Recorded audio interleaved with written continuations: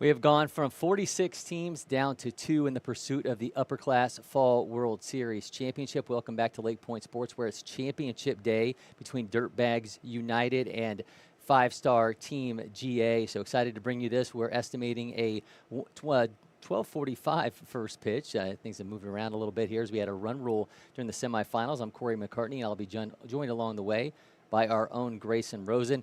And as we put our focus on sports here at LakePoint Sports, we do not want to lose sight of those impacted by Hurricane Helene, especially here in the Southeast. Know that our thoughts and hopes are with everyone. And while this stage provides a big opportunity for these players vying for a title after a long weekend, it's also a chance for these players to make their mark with great performances and a chance for them to show their greatness elsewhere as well. LakePoint Sports has teamed up with Johnsonville in their push to bring the positive back to the internet. Let's go inside that mission.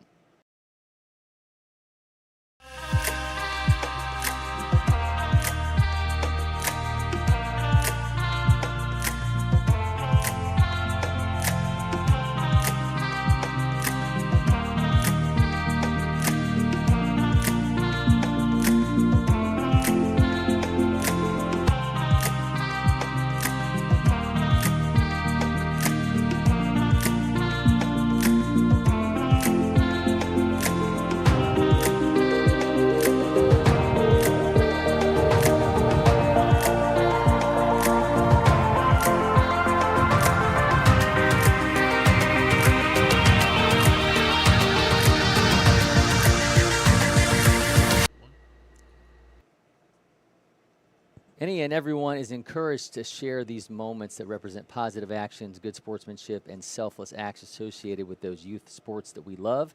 So whether you're the one who spotted the activity, the one performing the act, or the recipient of the good deed, there is something in it for everyone, and Johnsonville may just reward you for behavior and or participation. So use the QR code on screen for more information on how you can make a submission head on over to LakePointSports.com or our social media channels to access the submission form. Now, the marketplace at the Baseball Village has everything a player could want, but they've also got the women who come to our campus covered as well. Here's Simone Stanley, who will take you inside Amaryllis, Maine, and what they have to offer. What's up, everyone? Simone Stanley here at LakePoint Sports, and today we are hanging out with Amaryllis in Maine, the first boutique on the right when you walk into Baseball Village, or the last on your left when you're leaving. We are joined by Kaylin. She is the smiling face that you'll see when you come to the boutique. Kaylin, thank you so much for the time. Absolutely. I'm super excited. So this has been your first summer, your first fall working here at LakePoint Sports. What has the vibes been like? Yeah, it has been my first one. It's been amazing, actually, especially during the summer. It was super popping every Saturday and Friday that I was here. We were always in and out, greeting people, saying hi. It was awesome. Yeah, it was really good.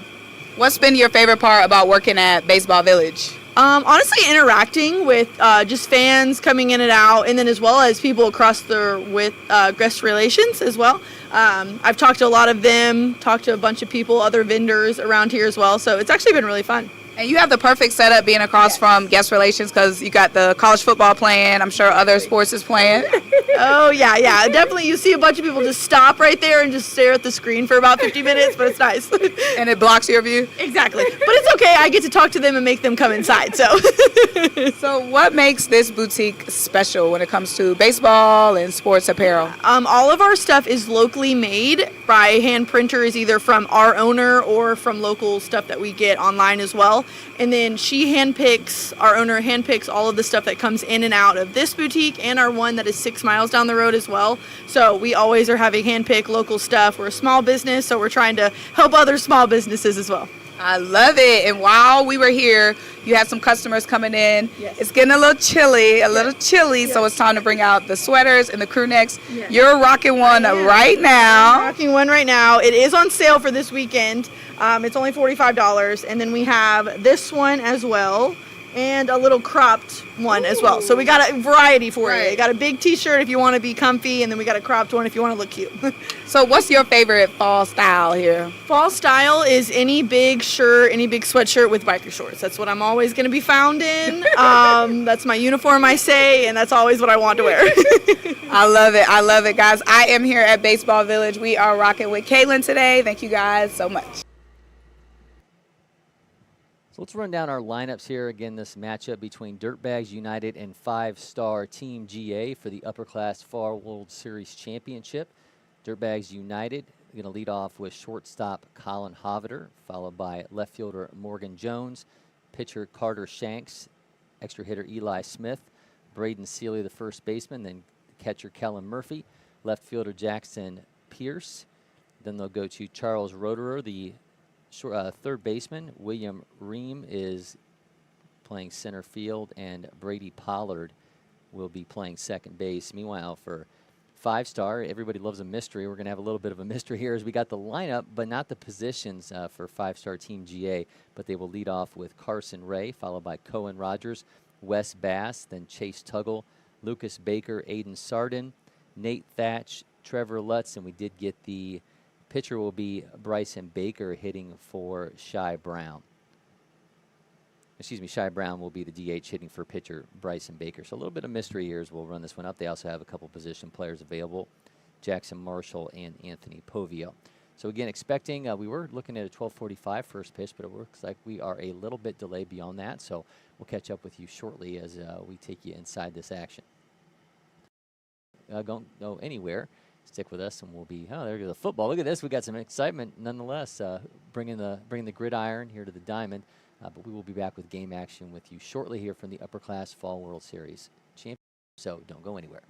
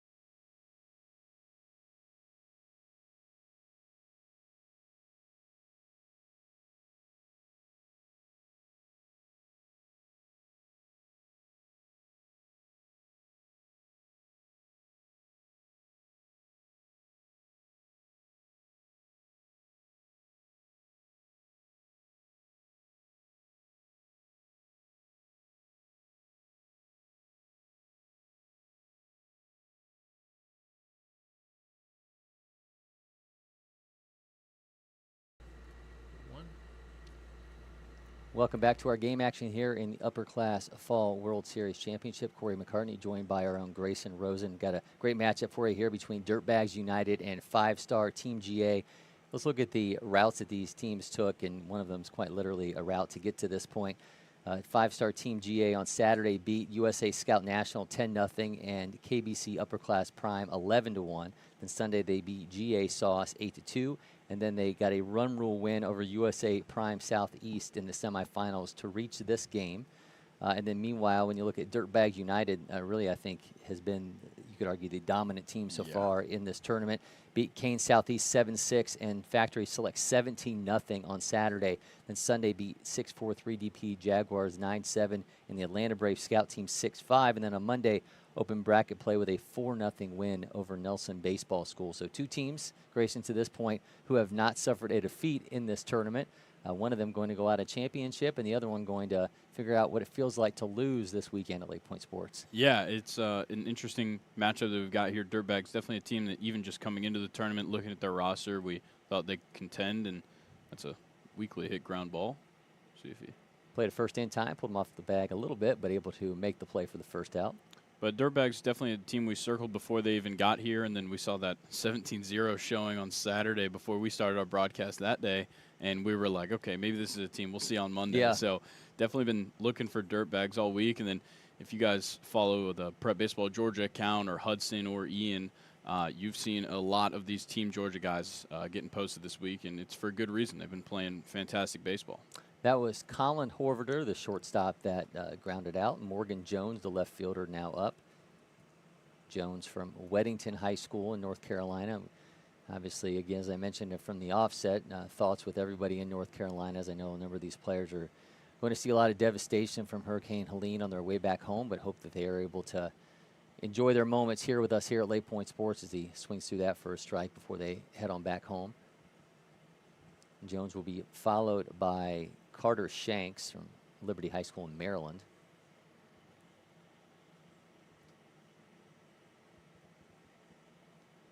Decided to play a short, long throw in time for the second out. Impressive work right there at shortstop. That ball came off the bat, 91.6, a great. Getting some love from center field on that one. There we go. Don't see that often, but a fantastic play. Deserves its recognition. That's right. Listen, Bryson Baker, as I said during our lineup reading there, is on the mound for 5-star, a Blessed Trinity. He's got a teammate out there with him as well, Wesley Bass from Blessed Trinity, Georgia State commit. Carter Shanks now at the plate, third baseman, a right-handed pitcher from Liberty High School in Maryland. He's the 6th-ranked third baseman in Maryland, class 2026. Everybody on this Dirtbags team is a 2026. Not necessarily the case for 5-star, which has a couple 2025s in their ranks, including Bryson Baker, who is on the mound. Sends the 2-0 foul.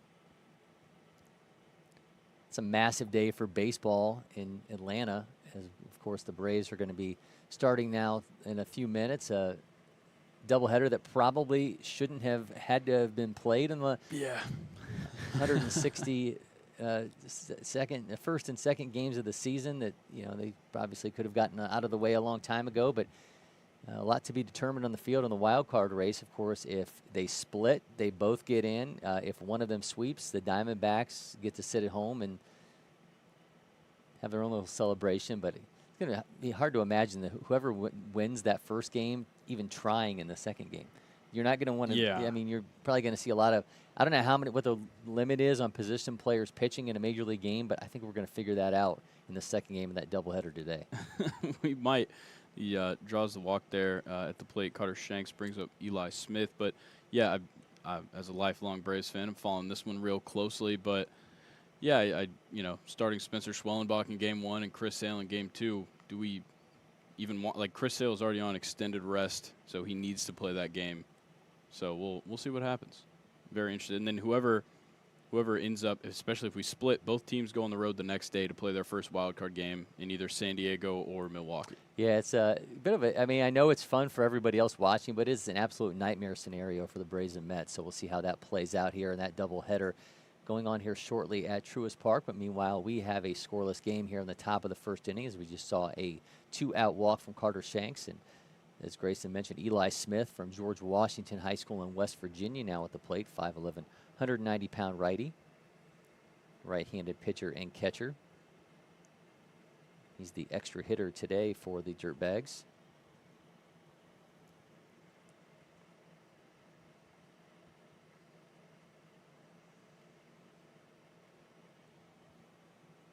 See the dark clouds in the background. Not expecting very much rain if we do get any. You know, had a little bit of a downpour earlier this morning, but I think there's only around a 20% chance the remainder of today. So hopefully can get avoid any issues there. Yeah, I looked at the radar right before I walked in. A couple of just scattered small cells coming through the area. So we'll see what happens, but drawing another walk here for Dirtbags with 2 outs. Catcher comes out to give Bryson Baker a talking to, see what they need to figure out between the two of them. I'm assuming that's Carson Ray playing shortstop. We've got him at number 15 on the roster, but he's wearing number 19 right now. Gotcha. But I'm going to assume that's Carson. We'll see. He's going to be the leadoff hitter for a 5-star Team GA.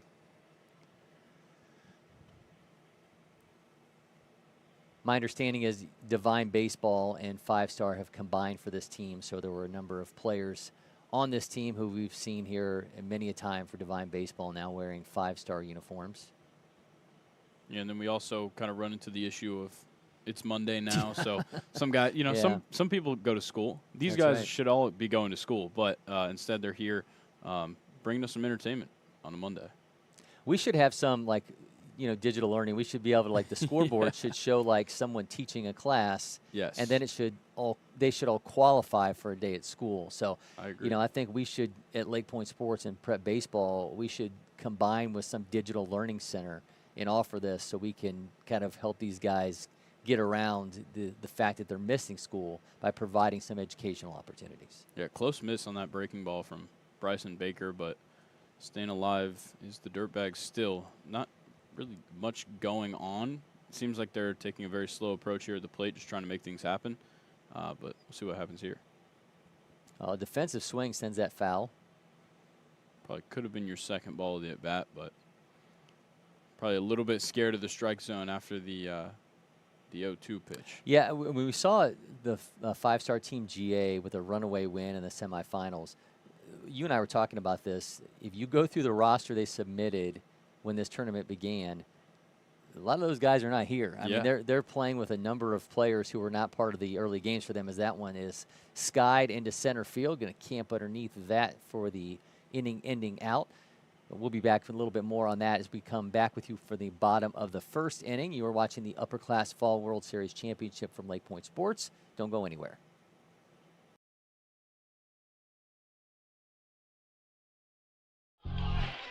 So yeah, outrage is trending. Our feed's stirring us up, splitting us up. What if we came out from behind our walls and keyboards just for a sec and just go yard, front yard? Come out bagging, jumping, check on that Johnsonville feed. Let our individual flavors blend together. Yes, block nobody, block party. Keep it juicy. Boogie woogie jam slam, bust the dialect, come to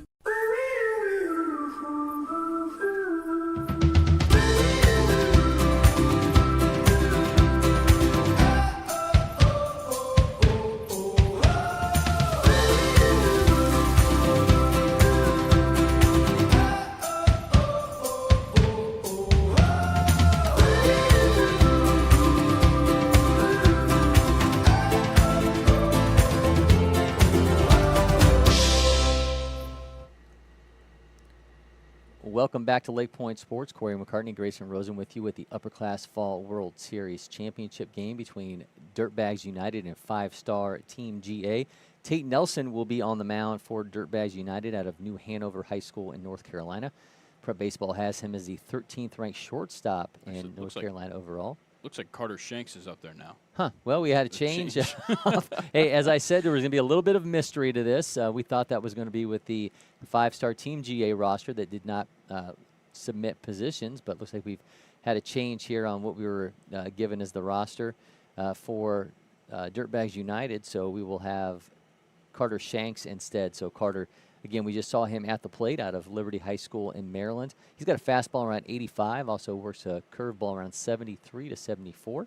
So let's see what he has in store here as he'll take on Carson Ray, Cohen Rogers, and Wes Bass for 5-star Team GA.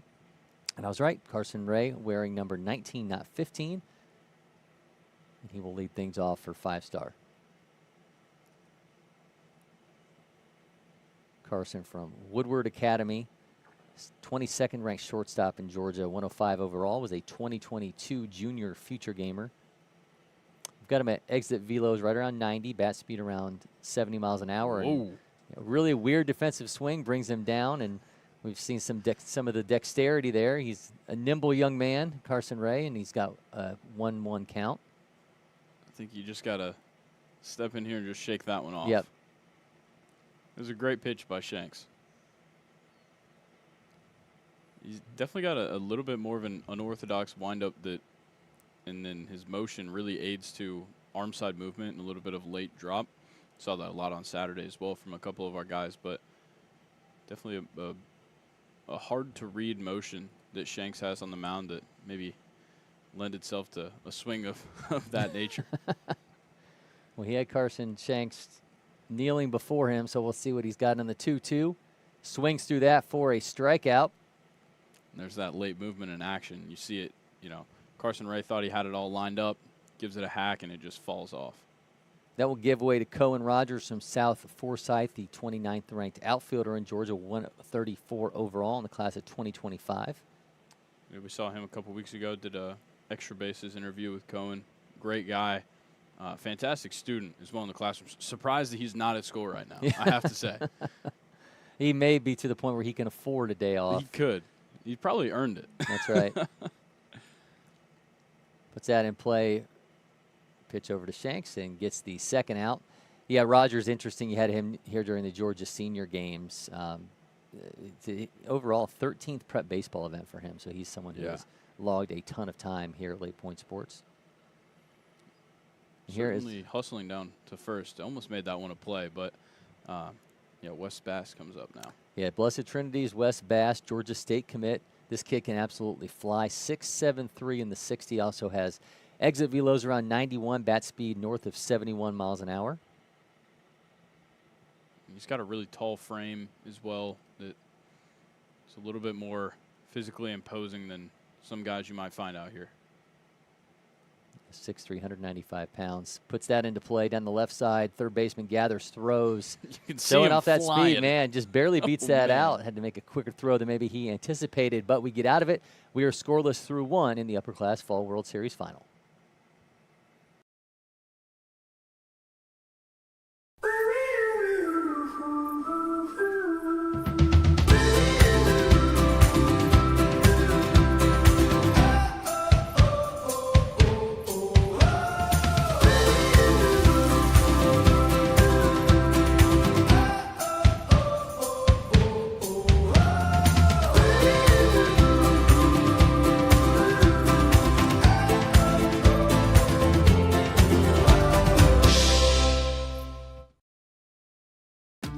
The Windscreen Factory, more than just windscreen. We're a full-service sports facility contractor.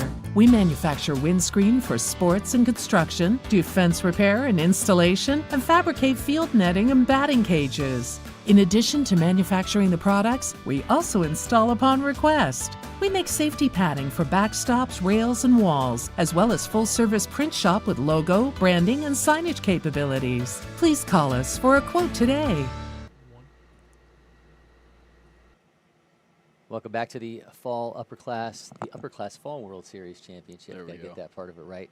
Cory, McCartney, Grayson, Rosen with you. 5-star Team GA taking on Dirtbags United. This inning we'll see Braden Seeley, the first baseman, catcher Kellen Murphy, and left fielder Jackson Pierce at the plate for Dirtbags United. Bryson Baker continues on the mound for 5-star Team GA. Interested to see if we see Baker bounce back with a little bit more control this time around. I saw him 2 quick outs in the first, and then he walked 2 straight batters and had a little bit of trouble with the final one, but gets out of it. We'll see what happens here, see if he can just kind of dial it back in and feed off what he started with. It looks like Kellen Murphy coming up to the plate.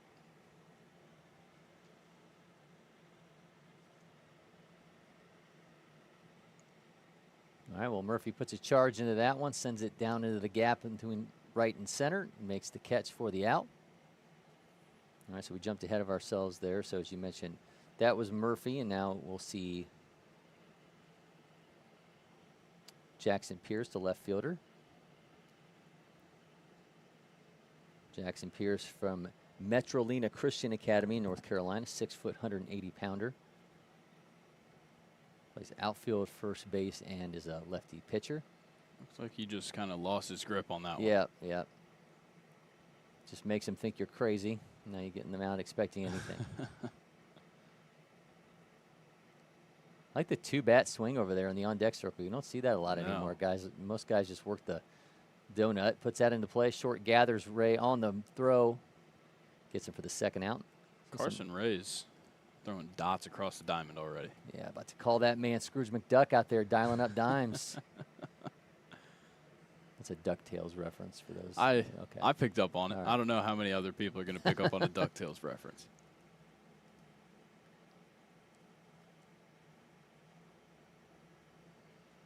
Now we've got Charles Roederer up to the plate. That's a tough one to say. Yeah, Roederer from Durham Academy, North Carolina. 5'11", 185 pounder.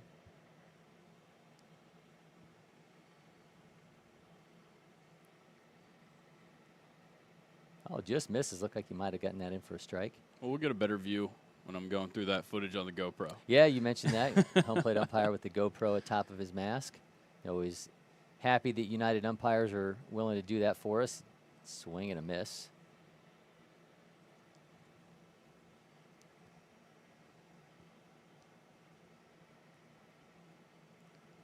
Weston Rem will follow. Should the inning continue. 1-1 count. Swing and a miss. A bit of a hack than a swing. Makes it 1-2. Looked like he wasn't quite prepared for any movement on that one and just had to adjust mid-swing. See what Baker has to offer now with 1-2. Yeah, you wanted to see him calm down. I think aside from that pitch that he missed, we definitely saw him find his groove at the inning-ending strikeout. We'll be back with the bottom of the second inning in the Upperclass Fall World Series Championship. First one I picked up, I just liked it the best. And like I said, I tried a lot of different companies, a lot of different models, and I fell in love with Old Hickory for sure.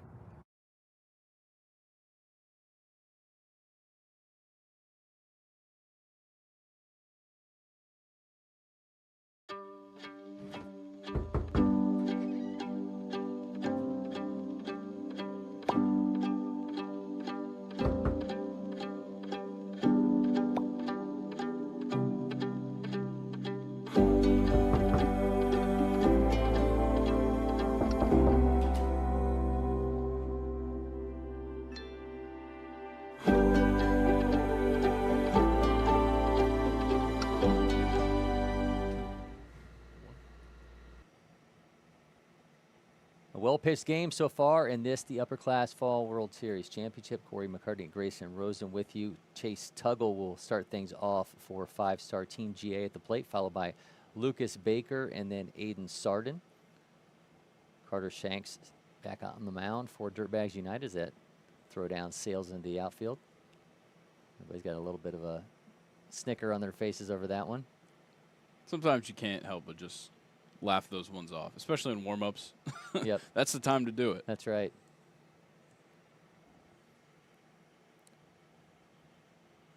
Chase Tuggle from Roswell High School, 5'11", 165-pound, 2026 will start things off. Chase primarily a catcher with pop times down to 2:04. Shanks misses out outside.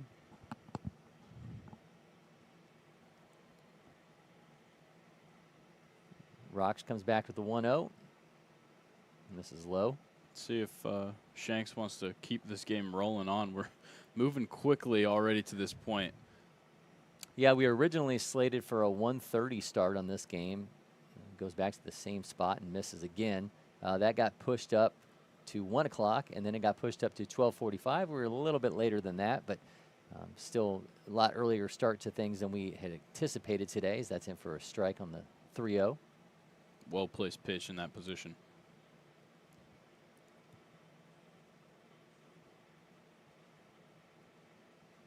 There's a 3-1 in play. That's going down the right side. Right fielder's got that for the out.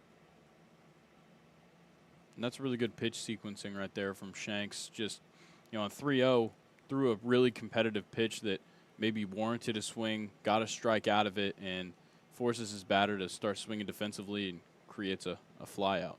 This is Woodland's Lucas Baker, 6'1", 185-pounder. Third baseman and second baseman. Another defensive hack.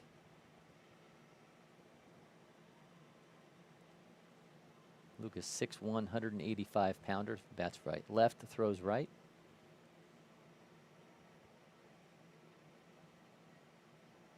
Looks like the sun is coming out through the clouds. Yeah, starting to lighten peek up out the a little studio. bit now.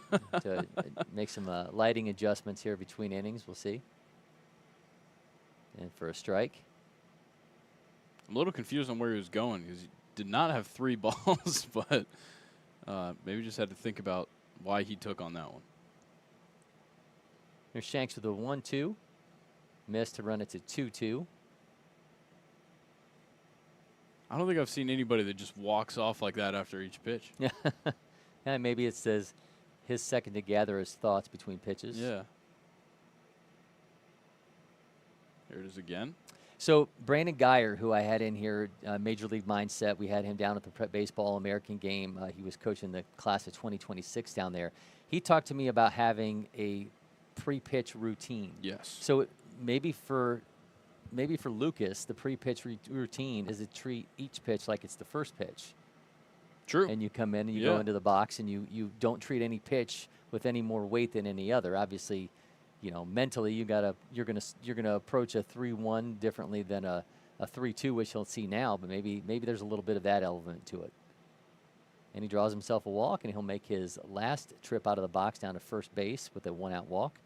Yeah, it looked to be working for him. He finds himself on first base. I think is it in the MLB you can't leave the box? You have to keep a foot in there. Is yeah, and especially now with with all the changes too, with the pitch clock as well. I mean, everything's a factor now. Don't want to be charged for a disengagement. That's right. Aiden Sardin out of Sprayberry, 2026, plays outfield, second base, and shortstop. He's got a runner at first base with 1 down. The 6'1", 175-pounder, also a switch hitter. It's always interesting talking to switch hitters, just whether or not they came to it naturally. Do they feel different from one side of the plate to the other? It's always interesting to hear guys kind of break down their own game from one side of the plate to the other. Very rarely do you have a guy who says that they are the same hitter from one side to the other. Exactly, and for the Atlanta Braves fans out there, Ozzie Albies is like the shining example of some people say that he's just better as a righty, but that's only when he's facing lefties, and it's a hard game to play when you try and fight that idea, because these guys have just been so used to it. That's what got them to this point. That's right.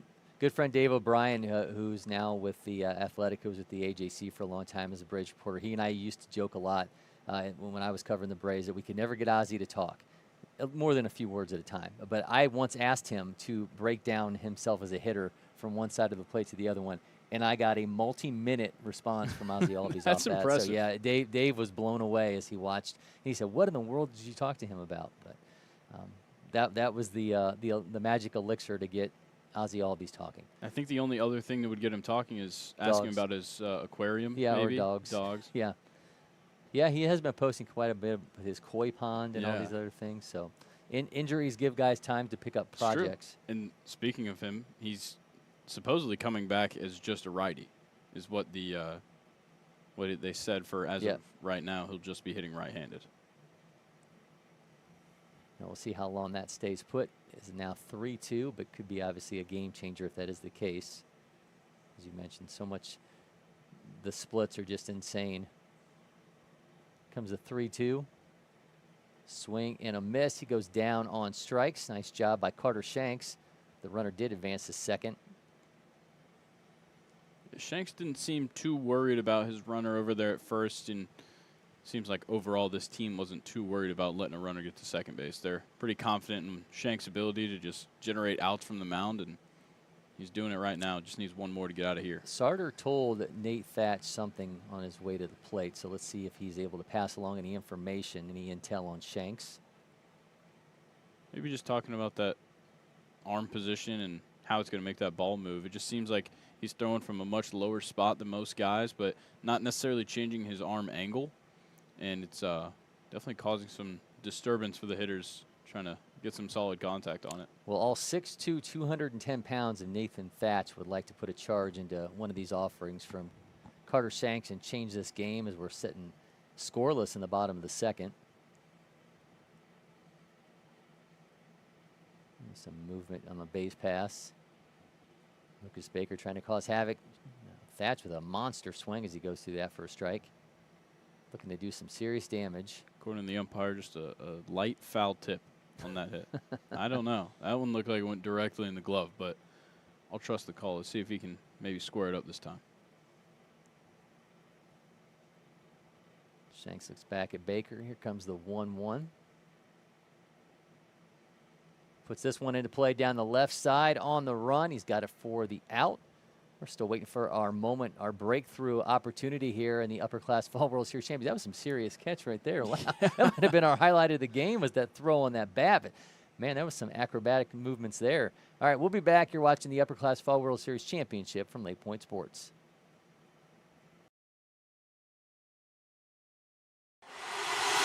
Next. Next. Stop. You got it? No. Keep going. Again. Next. Next. If you don't pick one. Oh, you have time. Am I keeping you from your job? Next. I don't even know where I am anymore. Stop. Do we finally have it? Let's go back to the beginning. Are you Your joking? electric future customized. The fully electric Audi Q4 e-tron.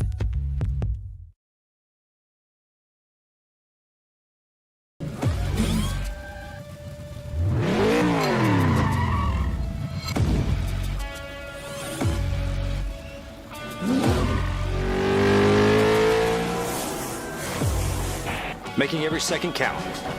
That is how I live. And this is how I hydrate. Body Armor Sport Water. Water for the athlete in all of us. This is ready to go online. Any questions? Yeah, I got one. How about the best network imaginable? Let's invent that.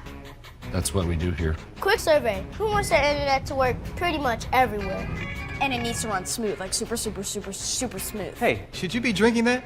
It's decaf. Because we're busy women. We don't have time for lag or buffering. Who doesn't want internet that helps AI do your homework even faster? Come again? Sorry, what was that? Introducing the next generation 10G network, only from Xfinity. The future starts now. Our action continues in the Upperclass Fall World Series Championship. Weston Rem, center fielder, at the plate for Dirtbags United. Weston will be followed by Brady Pollard, the second baseman, and then we are to the top of the order, the shortstop Colin Hoveter. Bryson Baker back out on the mound for five-star Team GA. Still waiting for our first hit here, as we said in the top of the third. And considering the offenses, the numbers these teams were putting up coming in, I don't think we anticipated we'd be waiting quite this long to see our first hit of the game. We'll see if that can be maybe delivered by Dirtbags United here in the third. For another strike. And we'd love to see some offense, but I don't really mind the occasional pitcher's duel. Looks pretty fun right now. I think it's just unexpected considering Definitely. what we've seen out of these offenses throughout this tournament. A lot of times you get to this point of a long event and pitching is tough to come by, but what we're seeing from Baker and Shanks right now, these guys more than living up to the opportunity before them in this championship game. Yeah, definitely the hardest thing to handle is your pitching rotation going into these events. The 2-2 rips that one down the left side. 91 off the bat. That's into left field for our first hit of the game. So that comes off the bat of Weston Rem. Serious contact. Exactly what we asked for. Let's see if Dirtbags wants to pile on after that one, but for now, Bryson Baker loses his 2 innings of no hit and not a perfect game, but a no-hitter. This is Brady Pollard. Durham Academy puts down the bunt. Throw to first in time, but he does his job. Do a job. He did exactly that as the runner advances to second. Yeah, it was textbook sacrifice bunt and worked to perfection. Maybe Dirtbags realizing they should shorten up the approach, try and play base to base here, and 1 out, and you got a runner in scoring position. It's a good way to start. Christian Brothers Academy out of New Jersey. That's where Colin Hoveter calls home. Swings through that first strike. Yeah, I think that breaking ball is going to be lethal against the lefties. Horvader is the 22nd ranked shortstop in New Jersey, 119 overall in the class. He's got an 0-1 count. Runner at second, with 1 down.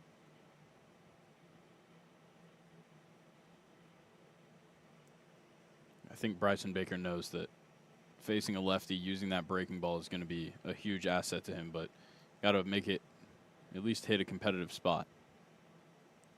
Glances back at the runner, the 1-1, sends that foul.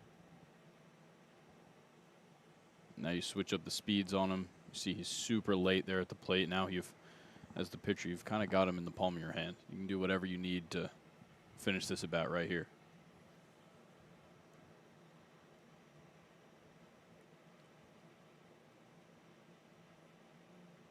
Horvader gathers back in the box here for the 1-2. Runner at second. Lays off gave him the punch out on the inside. I'm not sure Horvader agreed with that one, but Bryson Baker will take it, and all of a sudden 2 down with the runner at second.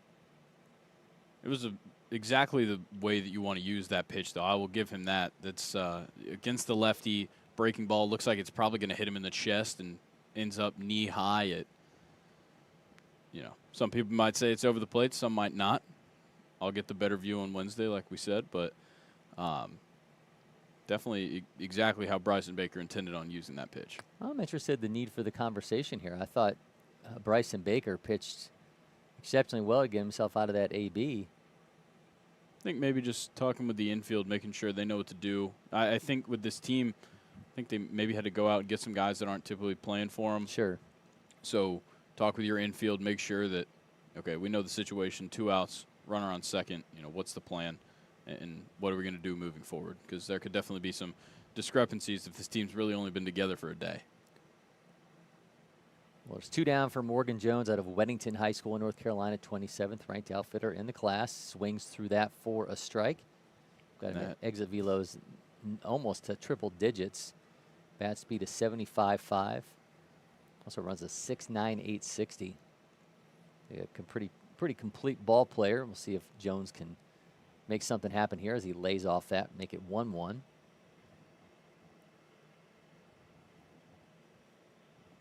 Jones currently uncommitted.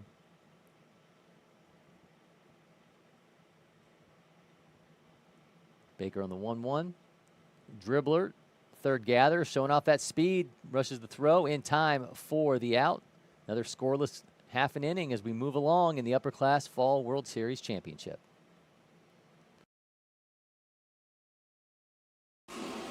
Where's it written? Only grill burgers? Nowhere. That's where. Now throw on some sausage. And keep it juicy. Boogie woogie jam slam, bust the dialect. I'm the man in command. Come, flow with the sounds of the mighty Mike.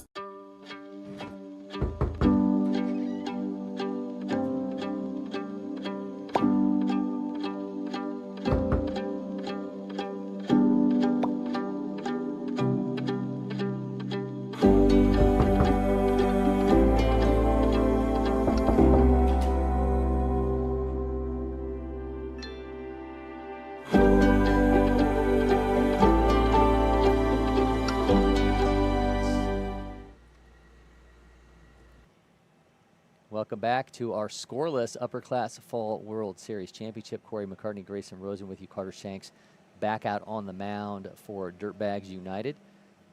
5-star Team GA will send out Trevor Lutz and then Shy Brown, and then we are back to the top of the order in Carson Ray. 5-star looking for their first hit. Dirtbags got theirs during the last half an inning, but they stranded a runner at second base as we saw Bryson Baker able to get them out of that with a strikeout and a ground out. I think every time, and I'm not too sure who it is behind the plate right now, but every time he's thrown down on that warm-up pitch, his mask has flown off. So if you're a right-handed hitter, I'd watch out if he's thrown down to second base.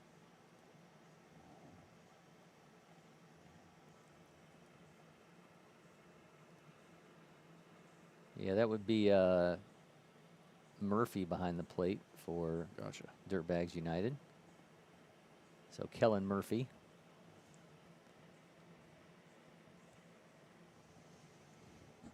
See if Shanks can just keep rolling here.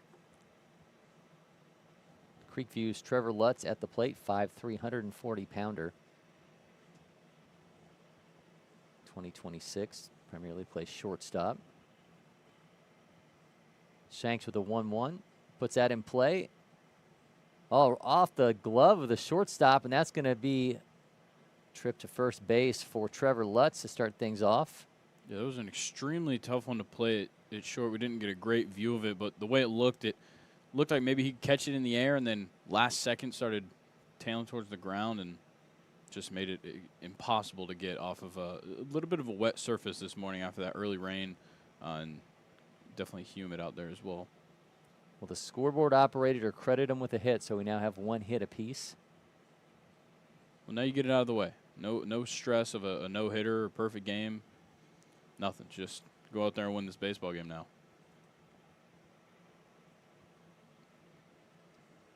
Shy Brown from Brookwood at the plate. 5'10", 170-pounder.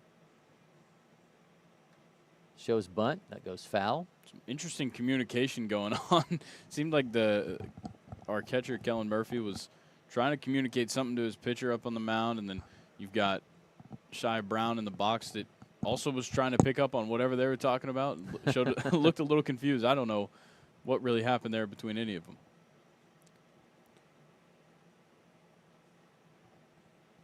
It's the 1-0 to the Brookwood 2026. Shows bunt again.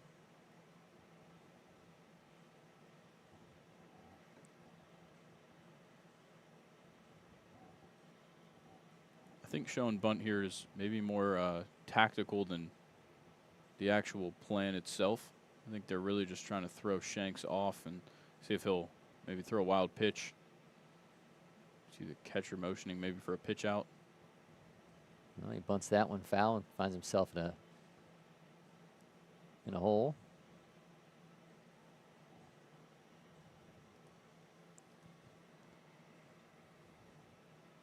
It's a very interesting at bat to this point.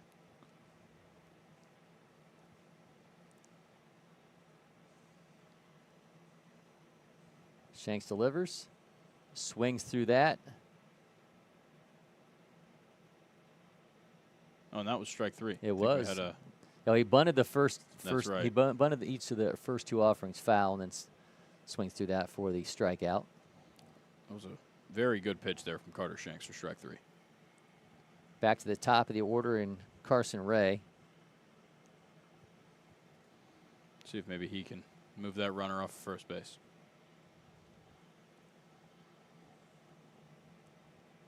Ray skies that foul. Exit velo's near 90 miles an hour, bat speed close to 70. Mentioned it in his first AB, but the 22nd ranked shortstop in Georgia in 2026 out of Woodward Academy. Certainly more than capable of making something happen here. The 0-1, the back pick throw to first. Carson must have got the scouting report on the catcher's mask. Got right out of the way before it could even happen. Carson swinging that fluorescent bat. He's got a 1-1 count. SAB has already gone better than the last one for him, saving some face so far, 2 pitches in. Miss outside.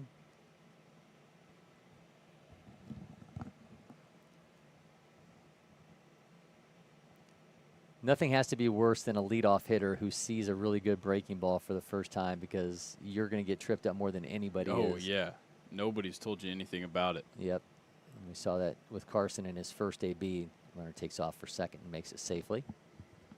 One of the few times that Shanks has kind of missed the mark fully on one of his pitches, and considering we're in the bottom of the third with one out, that's pretty impressive that it took that long.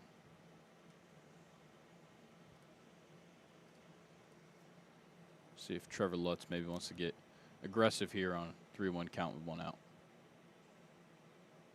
Well, Ray makes his way down to first off that miss, and that will bring up Cohen Rogers with runners at first and second. I think if you're Dirtbags here, you're thinking double play now. Well, there is some speed on the base pass, no doubt, for five-star Team GA, so we'll see if they try to change that. Yeah, and I think Ray and Rogers are going to be a good duo to maybe eliminate the double play with their speed.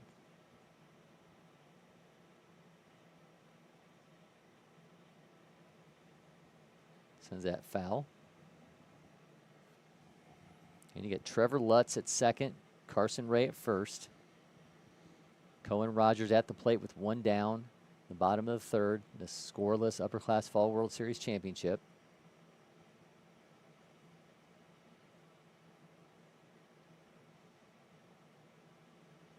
Shanks the breath, looks back the second. Lutz throws, that's going to miss arm side. It's a great work behind the plate there by Kellen Murphy just to eliminate the prospect of those runners moving up. At this point in the game, that one run looms large, or whoever can produce it first with the pitching that we have seen. We said here in the bottom of the third. Just one hit apiece for these teams. Definitely our first moment of a little bit of faltering here for Shanks, but see how he's going to deal with it here. Rogers fouls that off. Cohen's definitely taking a defensive stance here at the plate. Just also, you can tell he's trying to fly out of the batter's box as soon as he can on contact, just like we talked about, eliminating that double play.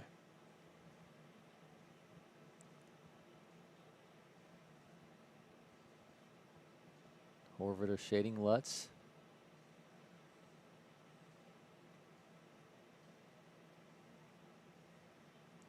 Here comes the 1-2 to Rogers.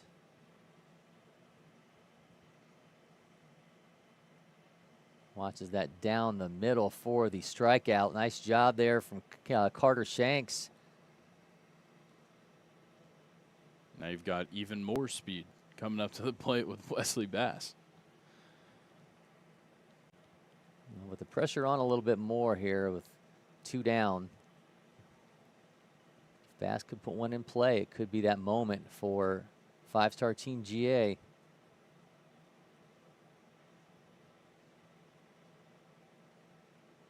Shanks gathers, throws, miss inside.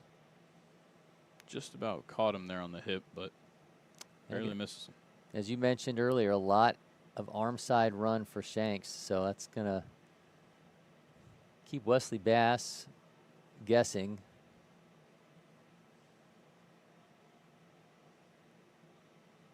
Create some uncomfortable pitches. Miss low, run it to 2-0. Should Bass get on, it'll be Chase Tuggle.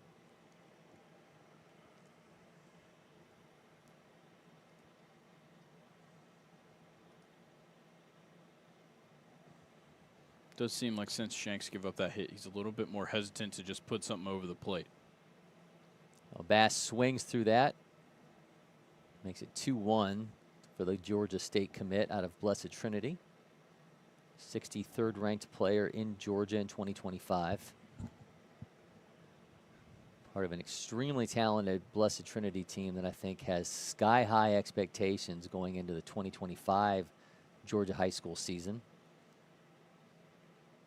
Yeah, and with the new classification shift, they'll be participating in the highest level, 6A for Blessed Trinity this year. So it'll be, not just Etowah in the playoffs anymore. Yeah, they're going to be loaded. Of course, the Zagarin twins. Ropes that over top of the head of the shortstop. Runner's taken off. Lutz making his way home, and he will be in for the first run of the game as Wesley Bass is safely into second with an RBI double. Showing off everything he's got right there. The 88 exit velo on a perfectly placed hit. well-timed, shows off the wheels getting into second base. That was a fantastic job from the Georgia State commit. So Wesley Bass delivers, and 5-star Team GA is up 1-0 here in the bottom of the third. And 1-0 could be a world of difference in this game.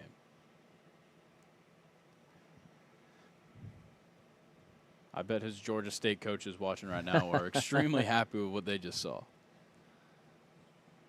Yeah, Bass worked that AB and able to just send one 88.1 off the bat into left field for an RBI double to give 5-star Team GA the lead. Again, they have been a dominant team thus far in this event. Really seeing them in their first close battle that they've really had. Yeah, I think part of that goes to the point that we talked about with a lot of guys not being able to make it today because of prior academic obligations. But some of the guys that have been key contributors, I know Vic Gans had a really good weekend. He just couldn't make it out today. So really having to change how they approach at the plate and just kind of their approach to all these games in general when you lose so many guys from your roster. One of the guys who has been here throughout, Wes Bass delivers, and he's got them up 1-0 is now Chase Tuggle from Roswell's at the plate. Still a chance to add to that lead.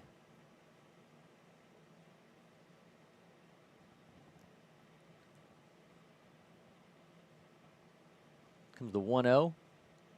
Just misses outside.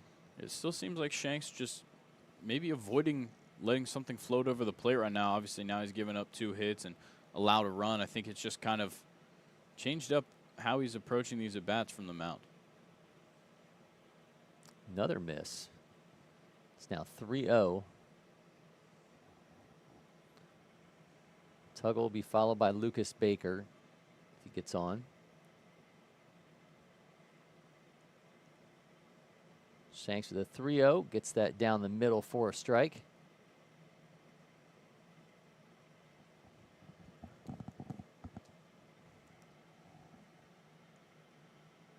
See what he's got here on 3-1. Skies that into center on the run, unable to make the catch. Great scoop. 2 more scores. Ray and Bass cross the plate now 3-1. 5-star Team GA padding that lead here in the bottom of the third. And just a hard ball to get to with the run on center field, and Chase Tuggle able to pad this 5-star Team GA lead. Yeah, it's a little bit unfortunate for Carter Shanks. That ball just popped up into an impossible place to make a play. And center fielder did a good job of stopping the ball and stopping that hitter from potentially reaching second, but not before 2 runs come across. And now we got a 3-0 lead in what we thought could have been a close one all the way through. Lucas Baker now at the plate from Woodland.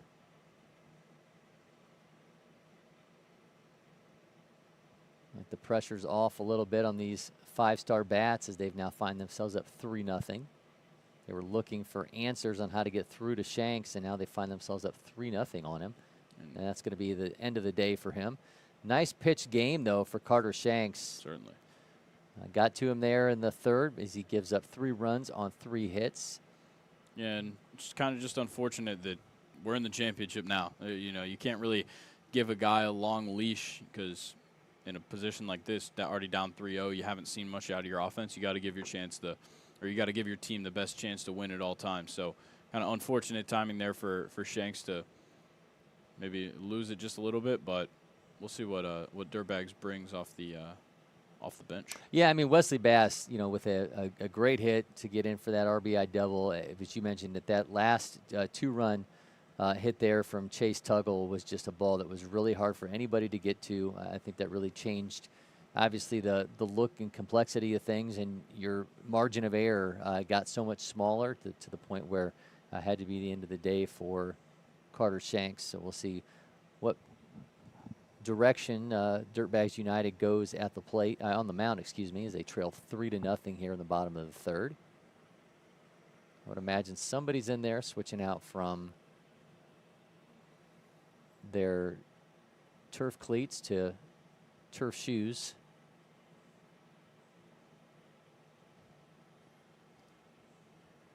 I believe this is going to be Tate Nelson.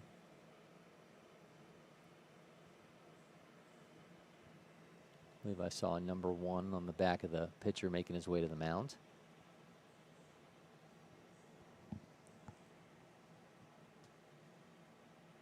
It looks like a 1 on the jersey. And we teased Tate Nelson earlier in the broadcast. So he will start things off here with a 1-0 count and 2 down in the bottom of the 3rd.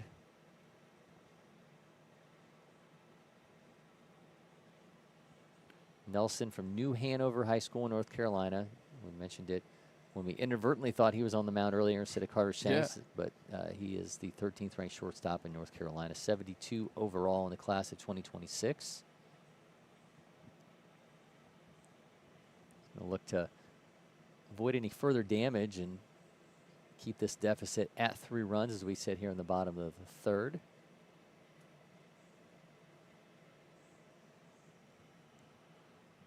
It's getting awfully dark, it looks like, there to the northwest. See if we can't avoid anything.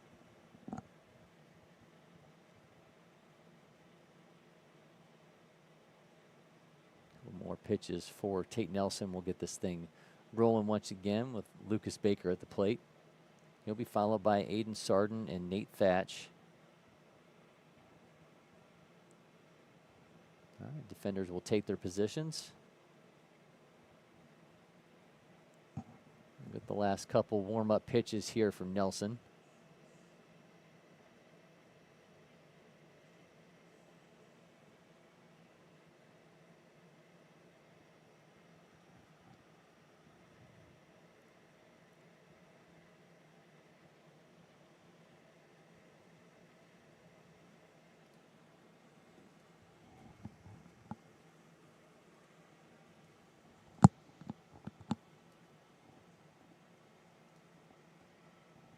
Go as this AB continues.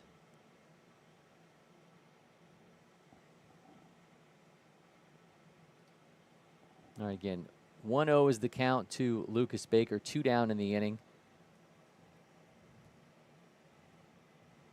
Sends that foul. First offering from Tate Nelson. Hitting it up already around 82, which is a good spot to be in. Already kind of switching up what these guys were seeing from that pitching change after Carter Shanks left the game. So we'll see what this new approach brings Dirtbags. Shoots that one down the left side. That's going to be fair. Foul. Oh, foul. All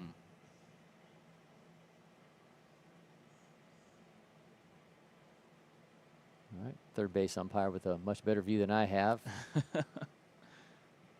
Looks like we might be getting some rain out there on the field. It doesn't even look like it's raining right outside of our studio, but for some reason on the camera, every now and then you'll see what looks like a raindrop. Well, we've added special effects. You saw football, a digital football true. that we added earlier. So, yeah, there's no telling what Mason's doing back there. That's right. Producer Mason Monroe. Nelson loses his hat as that one goes foul.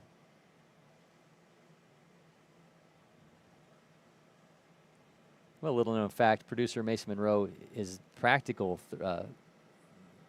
special effects, not digital special effects. So if you want some practical special effects, you could come through on that. That went down the left side, left fielder on the run. Unable to make a play. Looks like that one is going fair. That one was fair. So Lucas Baker standing on second with a double, and we'll have runners at second and third. I think even the 5-star guys were a little bit confused on, on where the call was coming from, but they get on base and continue this inning. That'll be the 4th hit for 5-star Team GA, all of them coming here in the bottom of the 3rd inning as they chase starter Carter Shanks and now have Tate Nelson on the mound.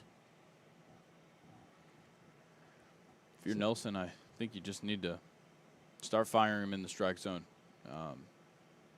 Obviously, they're putting bat on ball right now, but you just got to hope that one of these goes your way. He's now facing Aiden Sarden out of Sprayberry.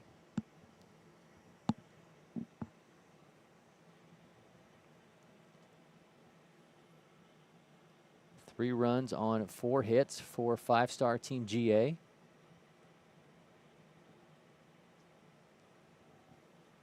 Just one hit so far for Dirtbags United as he swings through that for a strike.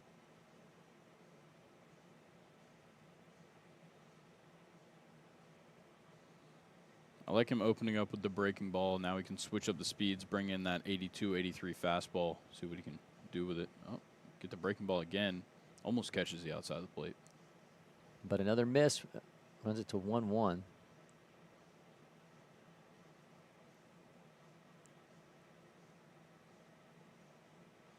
Runners at second and third with 2 down.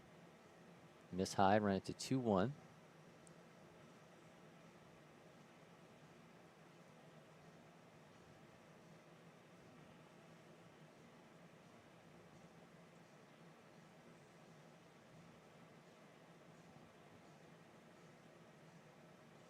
Skies that. Third gathers, makes the catch, but 5-star Team GA has a 3-0 lead as we move along in the Upperclass Fall World Series Championship.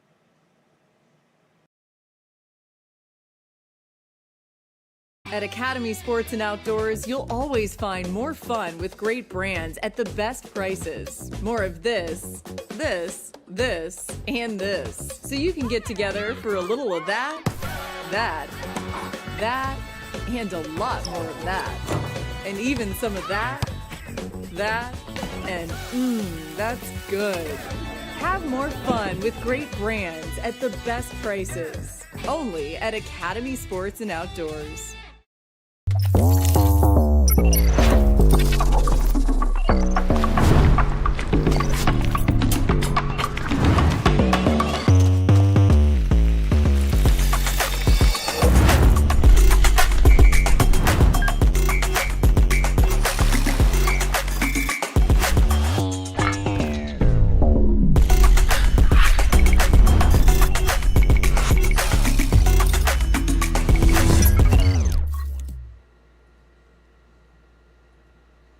Light rain starting to fall here at LakePoint Sports during our Upperclass Fall World Series Championship. You can see it spitting across the camera there, but still not raining on the parade of 5-star Team GA, who lead 3-0 here in the top of the 4th inning. Had an RBI double from Wes Bass, and then Chase Tuggle delivered a 2-run single as they chased off starter Carter Shanks for Dirtbag United. And now Bryson Baker back out on the mound for 5-star. See if he can hold up this lead. He's facing Carter Shanks, who was the starting pitcher for Dirtbags United. Didn't see where Carter went to defensively after his time on the mound, but might be holding down the DH spot potentially for the rest of the game. They had him listed as pitcher and DH. That was a nasty pitch, run it to 0-2.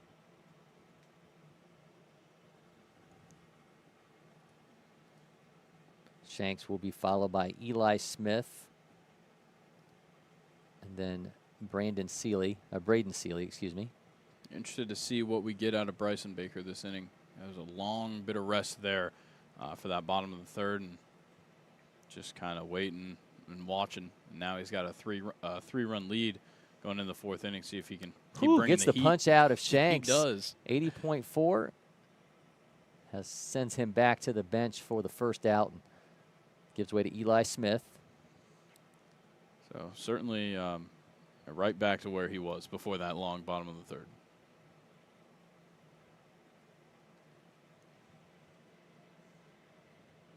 Smith from George Washington High School in West Virginia swings through for strike 1. It's not. I'm sure a lot of these Dirtbags United players have seen higher velos, but when you can go a little over 80 and then you mix it in with a couple of off speeds that can get you, and breaking balls that can get you just below 70. I mean, that's a pretty big mile differential that these guys are having to deal with. And he's changing eye level. Yeah, and he's had a couple that have come in at like 63, so dropping it down like 17 miles an hour from where he's hitting that fastball right there. They get a good grasp on that one, 92 or 95.2, and looks like Carson Ray just couldn't quite corral it off the wet turf. Yeah, hardest hit ball we have seen thus far is teed off at 95.2 to find himself at first base with a 1-out single. And that's something also that's going to happen when you're just kind of running a 2-pitch mix and you're seeing such a huge velo change. Maybe he was expecting to get a a 65-mile-per-hour curveball. Instead, finds himself an 80-mile-per-hour fastball, puts it on the other side of the field. This is Braden Seeley from West Forsyth High School in North Carolina. Now something that comes into play with this rain is, if we see any aggressiveness on the base paths with Dirtbags, you got to think about how you're sliding. We talk about it a lot here. On the turf, you really got to think about how you're sliding on wet turf as opposed to when it's dry. And probably about to, nope, decided not to go from first. Thought we were about to see that in action. All right, so Smith stays put. Seeley's got a 1-0.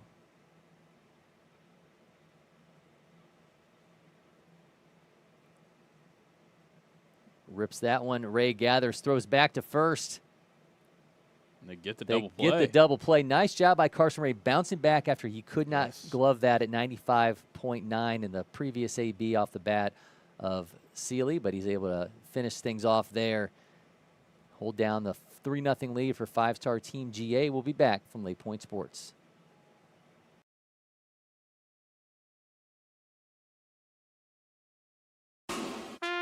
Just burgers? It's just boring. Get your sausage on and keep it juicy. Boogie woogie jam slam, bust the dialect. I'm the man in command. Come flow with the sounds of the mighty. LakePoint Sports is partnering with Johnsonville in its mission to bring the positive back to the internet. We are highlighting positive actions, good sportsmanship, and selfless acts associated with all the various youth sports that we love. Any and everyone is encouraged to share these moments, so whether you are the one who spotted the activity, the one performing the act, or the recipient of the good deed, there's something in it for everyone.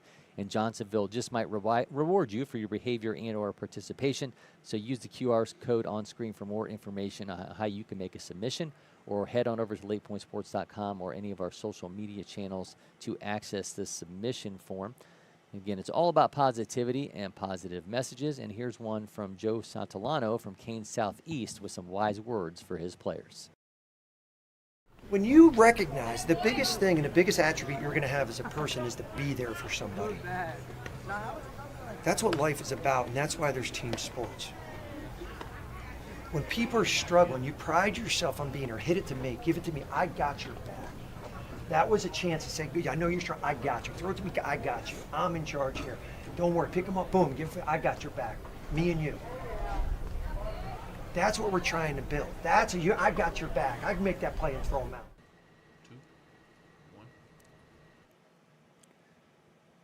3-0 is our lead for five-star Team GA as we roll along in the Upperclass Fall World Series Championship. Tate Nelson will be back on the mound for Dirtbags United as the throw down to Orveder is money that time.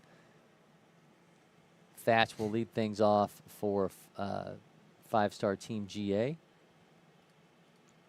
And Nate Thatch will be followed by Trevor Lutz and Shy Brown. Saw Thatch with some really hard swings in his first at-bat. Felt like he was ready to put a charge into one. Really good off-speed pitch there for Tate Nelson to start off his first full inning of action. 0-1 Thatch check swing. He did not go. He also hasn't picked up his hat. There we go. I thought maybe he didn't even notice. It's at least the 5th time it's fallen. Maybe he just assumes I really don't need this thing. Keep the rain out of your eyes. That's true. The 1-1, miss high.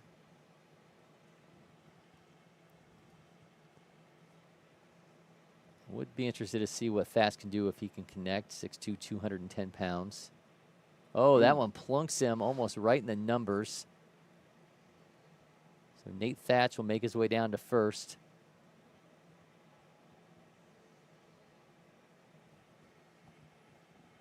Props to Nate Thatch for just eating that one.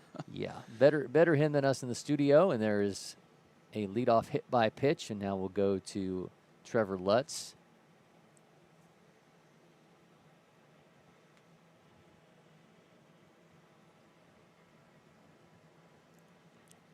It's Lutz, then Shy Brown, then the top of the order with Carson Ray, if we get that far. See if Lutz can just make something happen again. Back pick throw to first. I think catchers like that more than the throw down to second or third to get a run. Oh yeah, because they got to do it fast. Yeah, it's a lot more exciting for sure. Yep.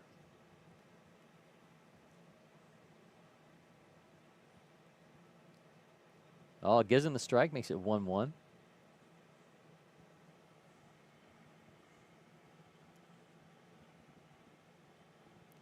Lutz from Creekview High School.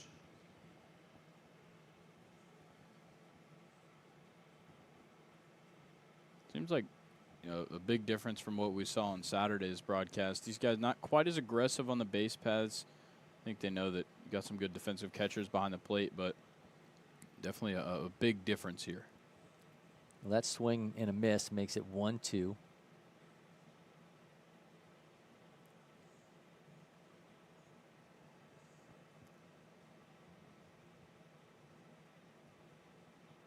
Nelson fires, misses high.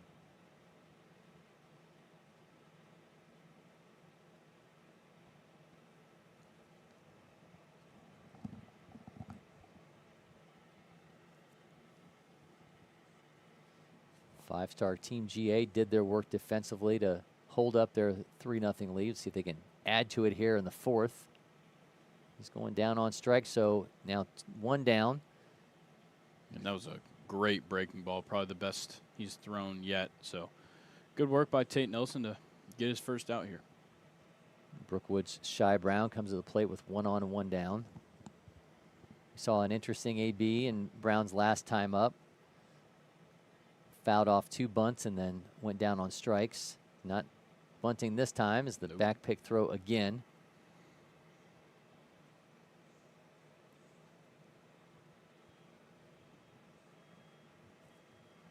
I think for Tate Nelson, if you're looking at the kind of approach that Shy Brown's had to the plate here, I think you just stick with that high heat. They are really concerned with Nate Thatch at first base. I think just in general, Dirtbags' approach every time they've let runners on is make sure they are not stealing bases. That's in for a strike. Now 0-2 to Brown. Now you kind of have your way here. You got him with a fastball on the first one. You got him with the breaking ball here. We'll see what he decides is best. He spikes that to run it to 1-2. Runner will stay put. Looked like maybe he was just trying to put a little too much on that one and lost hold.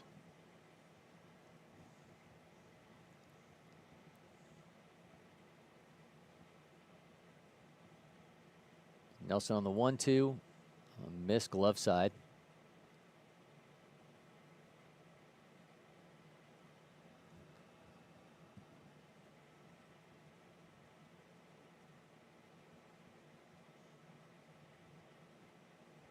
There's the 1-2. He holds, run it to 2-2. Carson Ray in the on-deck circle, and then Cohen Rogers, should we go that far into the inning. This guy's starting to lighten up a bit. Rain has stopped. Swing and a miss. Shy Brown goes down on strikes. Now 2 down. It's like Tate Nelson's doing a fine job of bouncing back after the letting Nate Thatch on his leadoff hitter of the inning.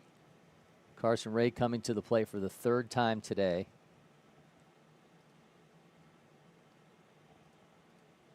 So I'll make the great double play to end the inning last time, see if he can maybe get Team Georgia a little more insurance.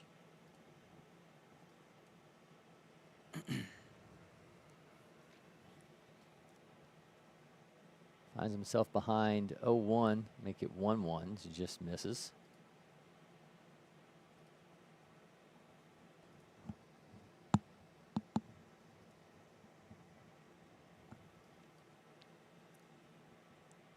Ray puts this one into play. Second, unable to gather and make a play. Looked like he might have had the play at second base, but the ball got away from him. So 5-star Team GA will have runners at first and second with 2 down.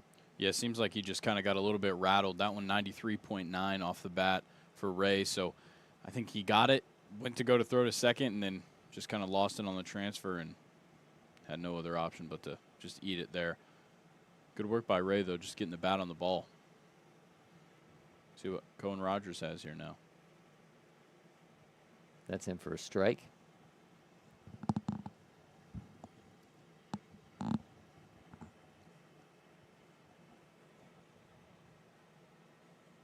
Rogers 0 for 2.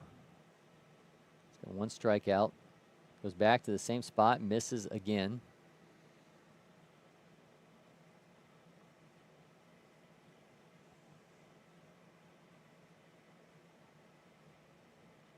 Oh, he skies this one. Center fielder on the run. Able to haul that in. Then we'll strand 2. 3-0, though, is the lead for 5-star Team GA. We'll be back from LakePoint Sports.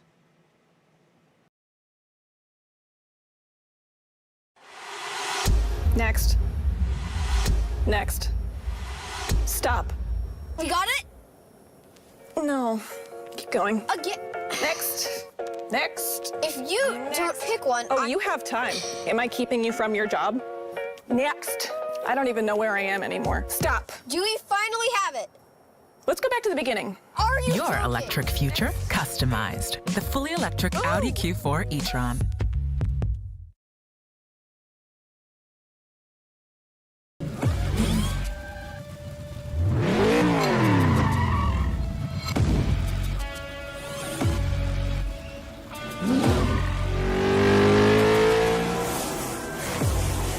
Making every second count. That is how I live. And this is how I hydrate. Body Armor Sport Water. Water for the athlete in all of us. This is ready to go online. Any questions? Yeah, I got one. How about the best network imaginable? Let's invent that. That's what we do here. Quick survey. Who wants their internet to work pretty much everywhere? And it needs to run smooth, like super smooth. Hey, should you be drinking that? It's decaf. Because we're busy women. We don't have time for lag or buffering. Who doesn't want internet that helps AI do your homework even faster? Come again? Sorry, what was that? Introducing the next generation 10G network, only from Xfinity. The future starts now. Welcome back to LakePoint Sports in the Upperclass Fall World Series Championship. Pitching change for 5-star Team GA as Bryson Baker exits, and I think this is going to be Chase Tuggle now on the mound. That's a lefty, so I believe that's actually Cohen Rogers. They have 2, yeah, it is indeed Cohen Rogers. They have 2 number 4s listed on their roster, so apologies there. But so Cohen Rogers will be on the mound. You had a chance, as you mentioned, to catch up with Cohen Rogers for one of our extra bases, and you talked to him about a lot of different things. Of course, I love the speed round of it element of the way, Yep. but talk a little bit about his game. What would you kind of pick up on in that conversation with Cohen? So even before the interview, we were talking a little bit, and I'm always interested in talking to some of the seniors that aren't committed yet and see where they're at when it comes to recruiting. And something interesting, and I didn't even think we'd get the chance to see him on the mound, but he talked about how he's had quite a few schools reach out to him about pitching, even though he doesn't really pitch much for South Forsyth. But as a lefty who we've already seen right now, he's already gotten up to 87 on the mound. So definitely something that teams are interested in, but I think, Cohen just seems to be the kind of player that goes out there and does not play selfish whatsoever. He plays for his team, whatever team that may be, and just goes out there and does what he's asked of. And meanwhile, coming in a relief outing, he probably wasn't anticipating either. So just overall a great player, and seems like a great guy that would add something to a college roster. Well, what he's being asked to do right now is hold up a 3-0 lead as he's facing Kellen Murphy, Jackson Pierce, and Charles Roederer. Certainly bringing some heat, which is quite the opposite of what we saw from Bryson Baker, who was a little bit more finesse-based. But see what Cohen's got to offer here on the plate or on the mound. Just 2 hits so far for Dirtbags United. He's going to allow a leadoff walk to Kellen Murphy, the catcher, and that'll bring up left fielder Jackson Pierce. See if we get a courtesy runner for the catcher. Looks like they're going to have Kellen Murphy out there running for himself.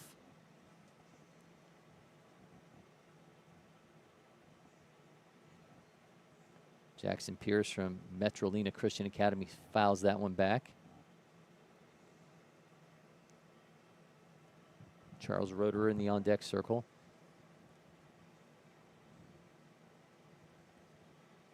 Top of the 5th, so Dirtbags United need to make something happen here. Of course, championship games, we play the full 7 innings, so time is not a factor. But considering the speed at which these 2 teams are playing, 48 minutes remaining on the clock, if it were in that typical hour 45, I think they're going to beat the clock. Let's see. Skies that one to left field. That drops down, gets away from the left fielder. Kind of an awkward bounce in front of him. Not sure if he lost the ball for a second. It gets away from Carson Ray as well. Yeah, just putting bat on ball right there, making something happen. That's a difficult spot to even hit into in general. And the fact that, you know, the outfielder, it seemed maybe a little bit like he just couldn't quite tell where it was going to drop. And luckily stops it from bouncing past him, but could have certainly been worse than it was. But with nobody out, they'll be 2 on for Charles Roeder, the third baseman. As Dirtbags United now have 3 hits and trying to claw their way back into this game, trailing 3-0 in the 5th. That's him for a strike at 86. And Rogers, we talked about the velo change, but also how quickly he operates on the mound is a big difference from what we saw from Bryson Baker. Swing and a miss, runs it to 0-2. Not a lot of waste movement either. No, not at all.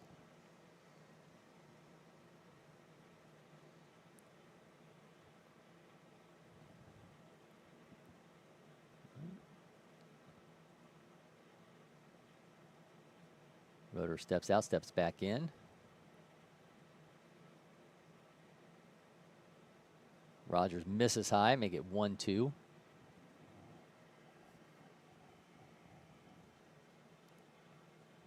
Roeder will be followed by Weston Rem and Brady Pollard. See what Cohen's got here to offer on 1-2. That's his back at Murphy at second. A miss. Still pumping the fastball here. I'm maybe looking for an off-speed pitch here at 2-2. You have some room to play. You might as well see what you can do here now. You're in a tough spot that maybe you don't want to leave something over the plate. Goes back to the fastball again and gets him for the strikeout that glances off the glove of the catcher.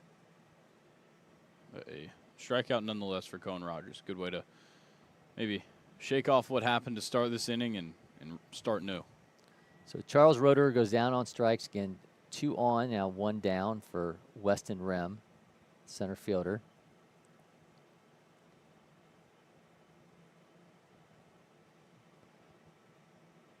Rem from Needham Broughton High School in North Carolina.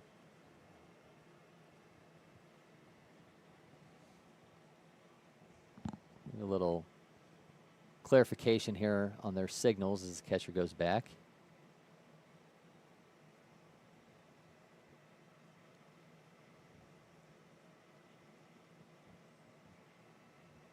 Big opportunity here for Dirtbags United as they trail 3-0. They put 2 on with no outs.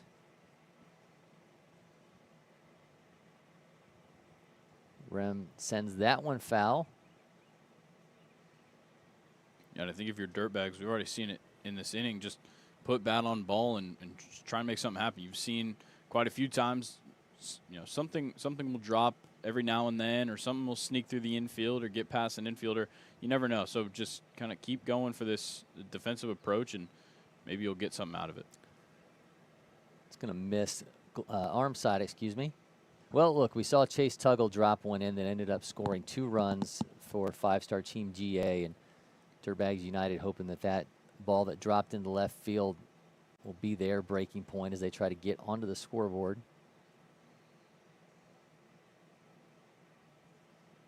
Another miss makes it 3-1.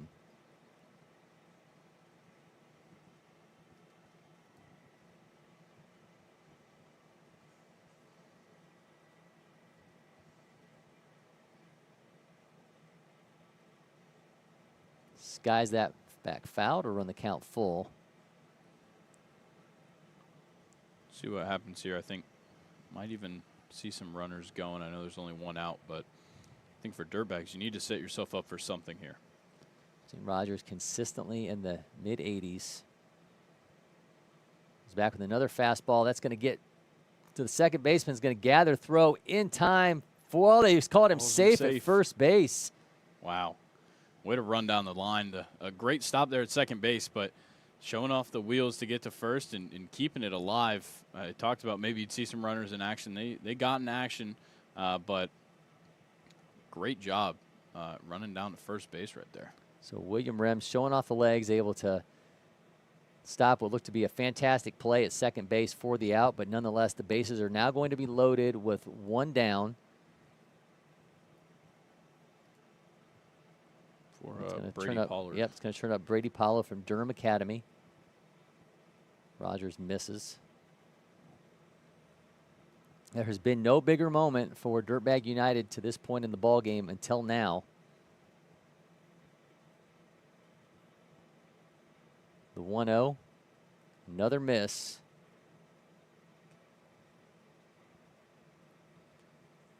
Not be surprised if we see a meeting out here to see if they can calm Cohen Rogers down.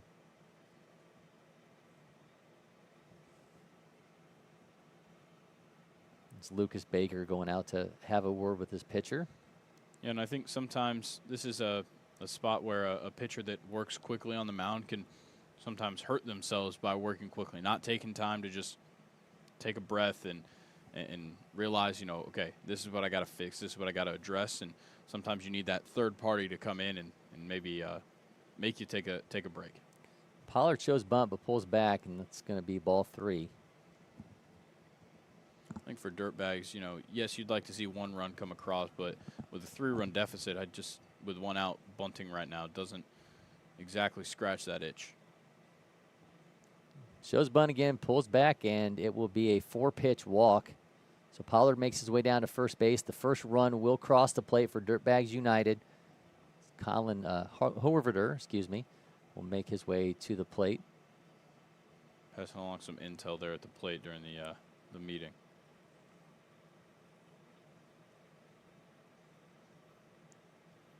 Colin Horvath has a chance to get Dirtbag United right back into this game as they trail 3-1, now getting their first run of the game off of a 4-pitch walk to Brady Pollard.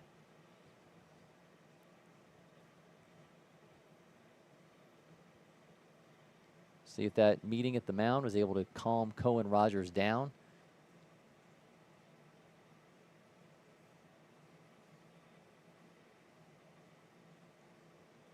Still has a chance to get out of this jam and salvage a lead for 5-star Team GA. Definitely things changing here as we get down into the later stages of this game with Dirtbags in a great position to continue to put runs on the board. Horvader watches that for strike 1. 86.3. Rogers is ready. Yeah, he just very quickly goes back to his set position. Horvader sends that one to the second baseman, gathers, throws the second for 1 out, throws to first for another nice job by Carson Ray, who has shown some fantastic defensive work, and he converts his second double play in the last 2 innings. 5-star Team GA holds on, and they lead 3-1 in the Upperclass Fall World Series Championship.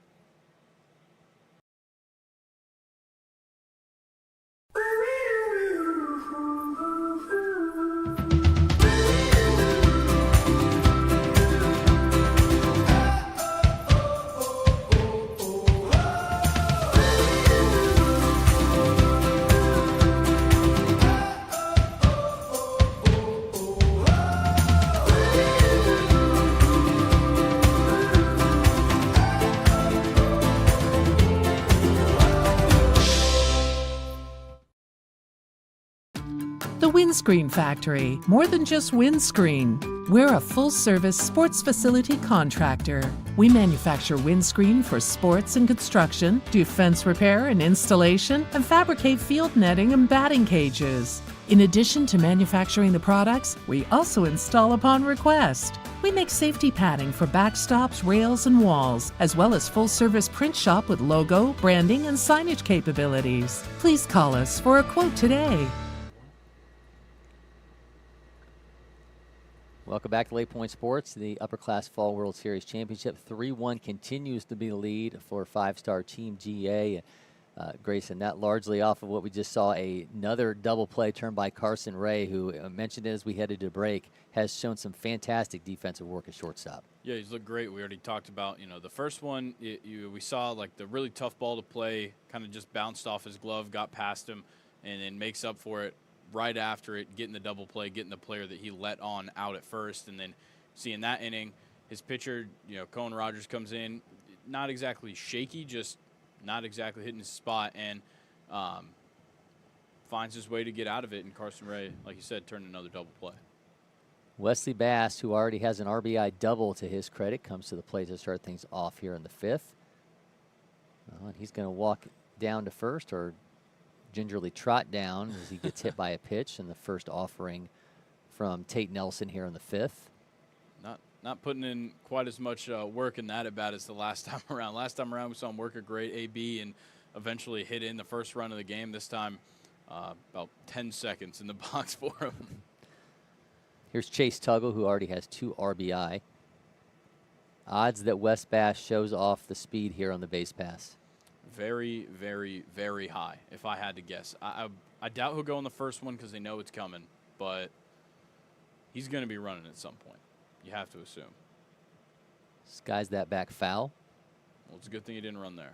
Stolen bases have not been in vogue here in this game due to these catchers' arms, but I think if there's a guy, when you look at these 2 rosters, that's capable of pulling it off, it's the guy standing at first base in the form of Bass, and he does take off for second base, and he will easily be in there for a steal. That is some serious speed, and you mentioned the wet area around the bases. Wesley Bass has played at LakePoint Sports plenty during the travel season and with Blessed Trinity. They sent him back. Well, apparently they weren't ready for the pitch. I'm not sure. Did they not signal that they were ready for the pitch? Very interesting. I have to think that's the only thing is the umpire did not signal ready to the pitcher, and he delivered before. Yeah, coming off the foul ball, you have to wait on the umpire to call the ball back in play, but definitely an interesting situation. You typically have the umpire, call time and step out of his position if that happened, and then that would kind of halt everybody, but I guess we'll just redo that one, strike it off the score sheet.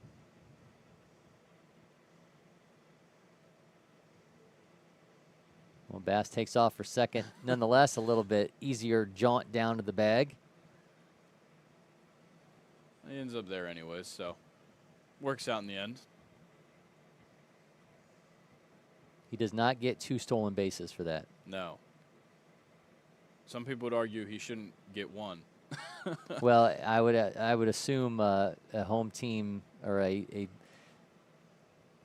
forgiving scorekeeper or someone doing game changer for that 5-star team GA probably gave him a stolen base on it. Yeah, if I had to guess.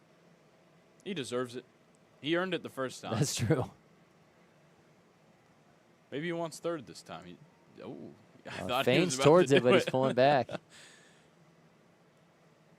Certainly an exciting player that Georgia State has got committed to him. Yeah, lucky pickup for them because he has a lot of fun, and he's on it. We mentioned it earlier, an extremely talented Blessed Trinity squad.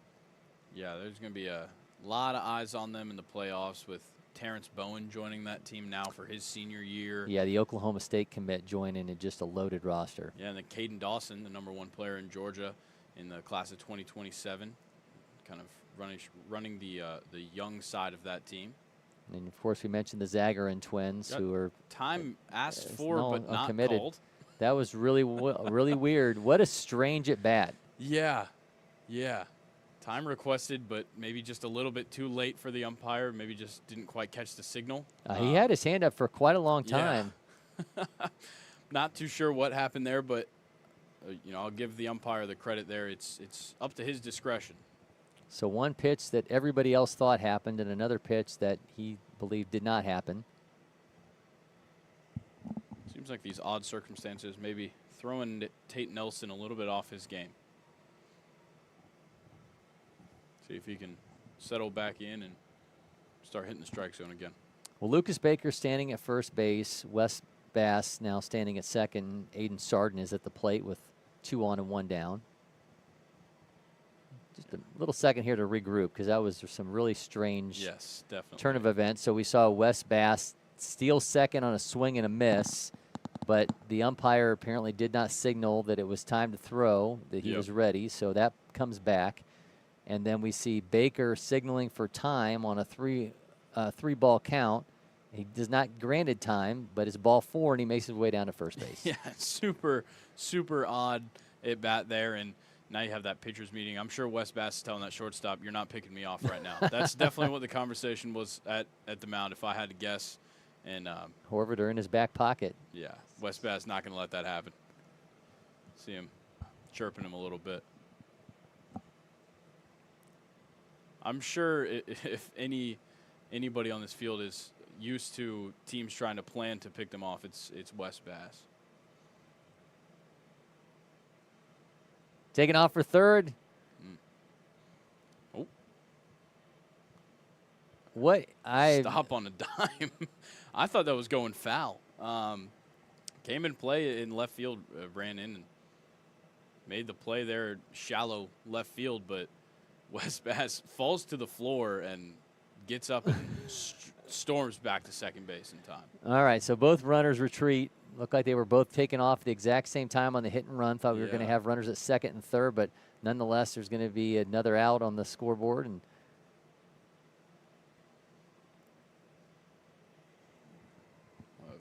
Nate Thatch back up to the plate. We'll see what's going on over here. Yeah, I'm not sure. Seems like our umpire somebody might have had a question. Yep. Well, you may be able to obtain the footage of said question when you go back through with the GoPro, but 1-1's the count, 1 down.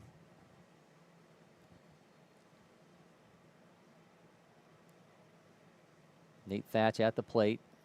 Excuse me, 2 down. As Aiden Sarden flies out.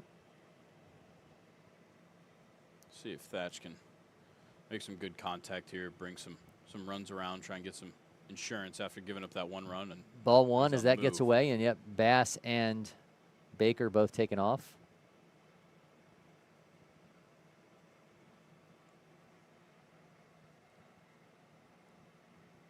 So Wesley Bass 90 feet from another insurance run for 5-star Team GA, who are up 3-1 here in the bottom of the 5th.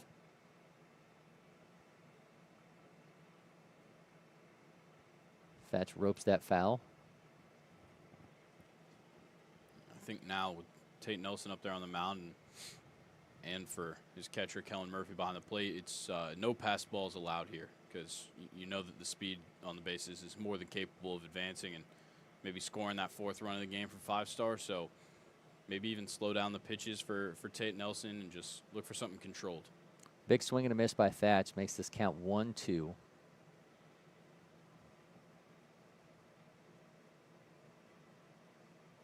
Goes to the breaking ball, but unable to get it to drop in. It goes about letter high on the 6'1", 210-pound Thatch. Sun's starting to peek out here as our studio starting to brighten up. See how long it holds that time. Check swing. Did he go? He did not. It's going to run the count full. Meanwhile, for those who are scoreboard watching, the Braves are up 2-0 over the Mets in the top of the 5th. Again, they get 1 win today. They will gain a postseason berth in a matchup with the Padres.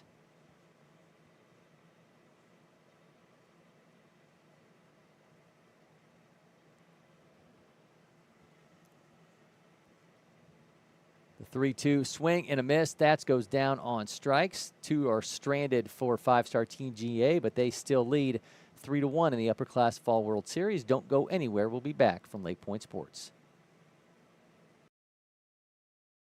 First one I picked up, I just liked it the best. And like I said, I tried a lot of different companies, a lot of different models, and I fell in love with Old Hickory for sure.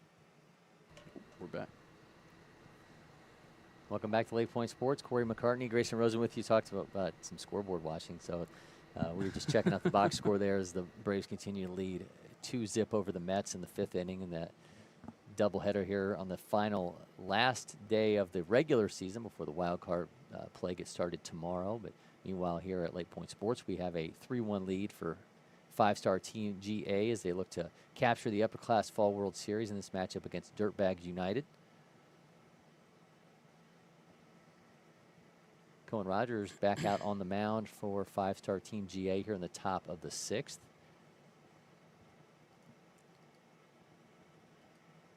Open it up with a breaking ball, just barely missed on the outside of the plate. It's Morgan Jones at the plate. He will be followed by Carter Shanks and Eli Smith.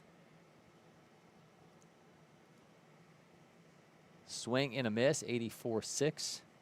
Rogers settling down a little bit. A little bit of high heat right there. Continues. Not seeing a lot of off speed from him to this point. And he goes with secondary pitch there, 72. Now the second time he's thrown it in the at-bat, you can probably expect him to go back to the heat now that he's given him 2 slower offerings. He spikes that one away from the catcher's mitt. It's going to run it to 1-2. Went for the off-speed the third time. Not the charm.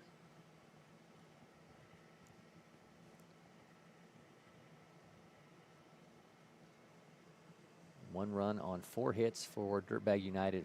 3 runs on 5 hits for five-star team GA. Swing and a miss. Brings him down to his knee and goes down on strikes for the first out. Good at bat right there by Cohen Rogers. Definitely changing how it looks on the mound as opposed to what we saw last inning. He threw 4 breaking balls in that at bat and seemed like they were working. Now it's Carter Shanks, who was the starting pitcher for Dirtbags United, and he watches that for a strike. Yet another. Maybe just not feeling the control today with the fastball and going to go with what's working. Goes back fastball there, and Shanks shoots that one over the top of the head of Carson Ray into left center for a base hit. So a 1-out single for Carter Shanks. And the tying run comes to the plate for Dirtbags United. Good work out there in center field. I believe that was Wes Bass in center field. Just cutting that one off, not letting it get to the gap. West Virginia's Eli Smith try to work Carter Shanks down the base pass here and see if they can claw their way back into this in the 6th inning. Skies that foul.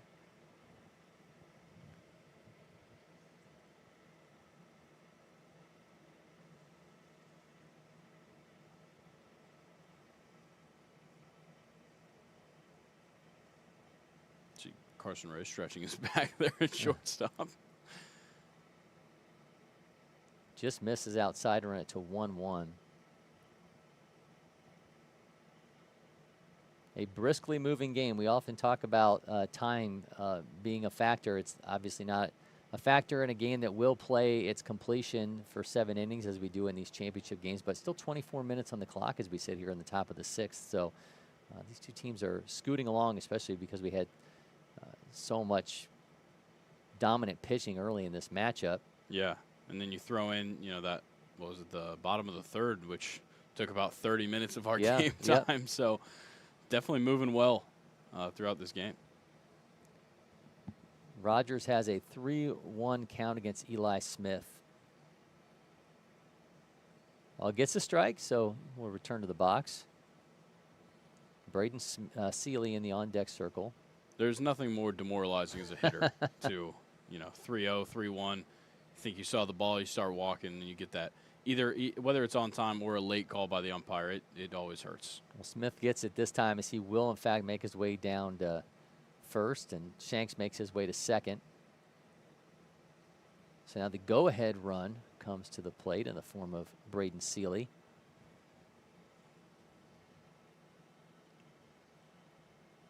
And for Cohen Rogers, I think one thing you got to remember is the double play is in effect for sure. And we've seen Carson Ray be on the end of 2 of them already, so don't be afraid to let your infielders go to work. That's in for a strike. Yeah, we've mentioned multiple times the great defensive work we have seen from him, already turning 2 double plays, one traditional, one on his own.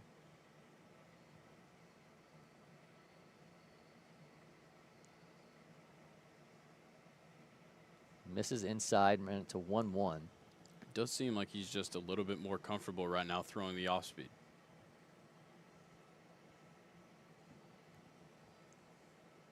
He has a 1-1 count to Seeley. That's in for a strike. To the 6'2", 195-pounder from West Forsyth High School in North Carolina. Of course, being here in Georgia, you have to quantify that, qualify that with North Carolina. Time is granted.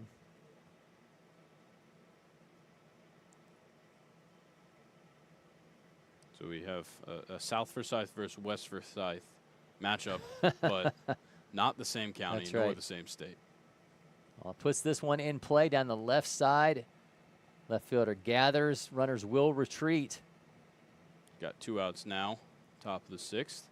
Big moment. We saw Cohen Rogers get himself out of trouble. He's walked in the first run of this game, but then got himself out of further trouble to limit Dirtbags United to just 1 run.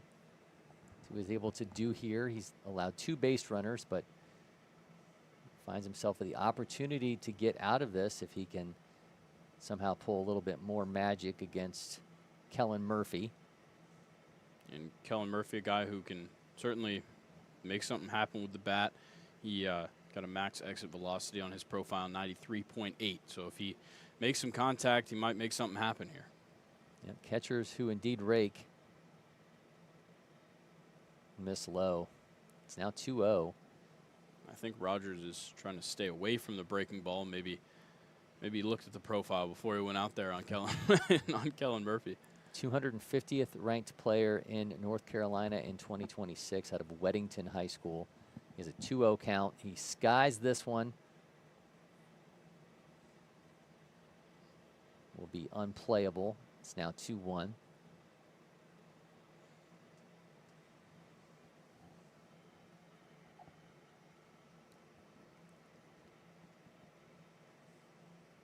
Dirtbags United has had their opportunities these last 2 at-bats.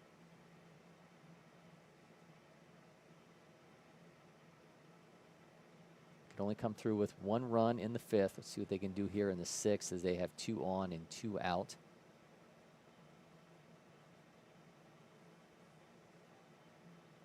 Swing and a miss makes it 2-2. Looked like Kellen Murphy was just anticipating that breaking ball. He hadn't seen one yet in the at-bat, and Cohen Rogers just sticks to the heat. Well, leads to an uncomfortable swing. Down to his last strike. Does Rogers get out of this, or does Murphy come through? Gets him frozen for the strikeout. Cohen Rogers coming up big, and it's still 3-1, a 5-star Team GA in the Upperclass Fall World Series Championship. We will be back from LakePoint Sports.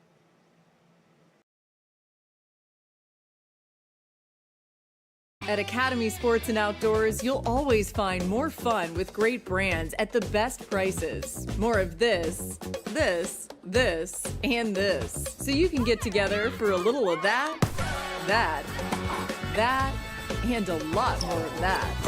And even some of that, and that's good. Have more fun with great brands at the best prices. Only at Academy Sports and Outdoors.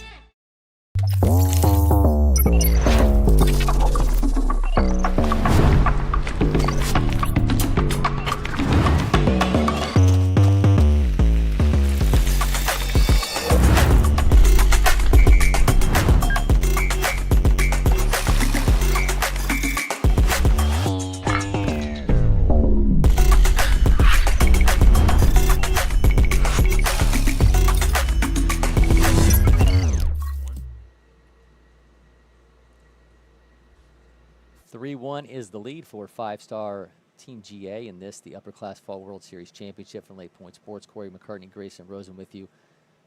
Tate Nelson is back on the mound in this relief effort for Dirtbag United. Meanwhile, we'll see Trevor Lutz, Shy Brown in the top of the order with Carson Ray for 5-star Team GA looking to add some insurance here. So it'll just be potentially one more at bat for Dirtbag United. Yeah, we're going to see Nelson for the third full inning. He came in to finish off the third inning now, making it into the sixth, and just interested to see how he keeps going. Lutz, meanwhile, is 1 for 2. He's got a strikeout, and that's in for a strike. Nelson looking to move quickly here, not really putting up with Lutz taking a little bit of a breather. Swings through that for strike 2. Okay, so we've talked multiple times about hats constantly falling off guys' head. The thing that I can't get past is the fact that his hat is adjustable. At least it looks like it. I think it is. Just misses. So that's a choice. If it was a fitted hat, then is it? I think that might just be a logo on the back. I think it is. I think they're stitching across the back. Really close to his hair color. Yeah. But, yeah, okay, then I can understand it. Because the fitted hats, you know, if it doesn't fit, it's going to fall. So as long as it isn't adjustable. Skies that one. Murphy underneath it. Able to haul it in for an out. Nice job behind the plate from Kellen Murphy.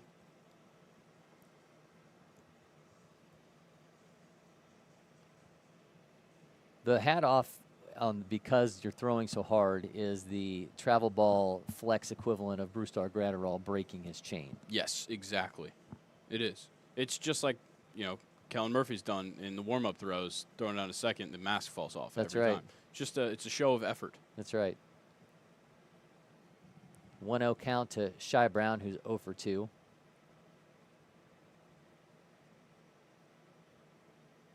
Skies this one foul. Runs it to 1-1. After Brown is the top of the order with Carson Ray.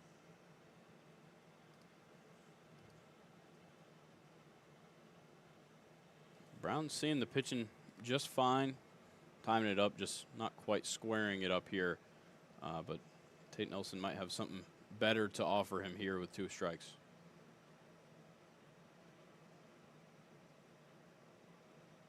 Nelson working quick. Oh, it loses his bat on the swing and a miss. Something you don't see every day. But maybe that bat got a little bit wet. Still warding off the effects of the rain from a couple innings ago. So probably just a little bit of that mixture of wet wood bat handle and batting gloves as well does not go well. And we saw it right there. Well, now we'll see Carson Ray with 2 down. Ray is 0 for 2 on the day. Scored 1 run. Also has a walk and a strikeout. Runs it to 2-0.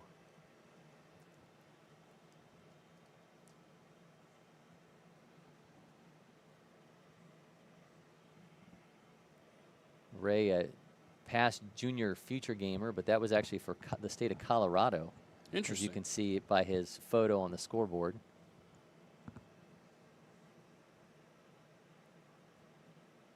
Wonder if that was maybe where he lived at the time or potentially just a fill-in for a team that couldn't fill up the full roster.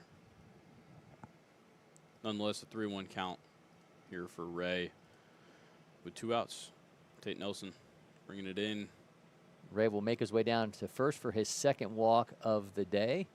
And a chance to cause a little havoc on the base pass. See what Cohen Rogers has got here. Maybe give himself some insurance runs. If he can put something out well that Carson Ray could maybe go first to home on.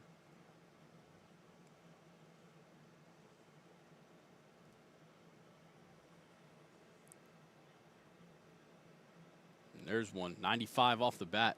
Straight into the outfield for a single. Moves him base to base, but an impressive hit for Cohen Rogers. So Rogers does his part to keep the inning alive for 5-star Team GA as Carson Ray advances to 2nd. Now here comes Wes Bass. Bass again already has an RBI double to his credit today. Coach couldn't ask for better out of his first 3 batters in the lineup. Even with 2 outs, they come up and all of them trying to make an impact here. So we'll see what Wesley Bass can do in this trip to the plate. He's certainly been showing off every other time around.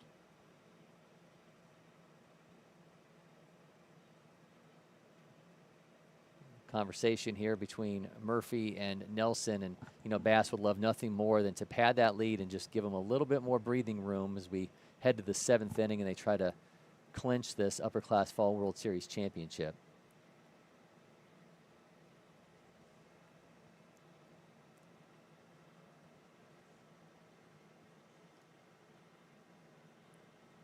Bass 1 for 2.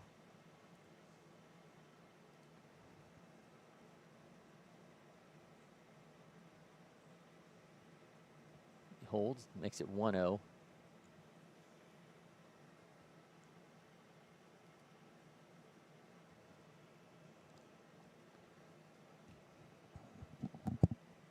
Another miss, that one high, makes it 2-0.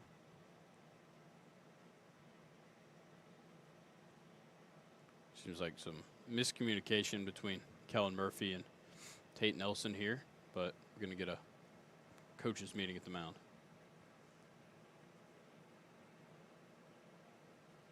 There's 64 pitches into this relief outing for Tate Nelson. Came in relief of Carter Shanks.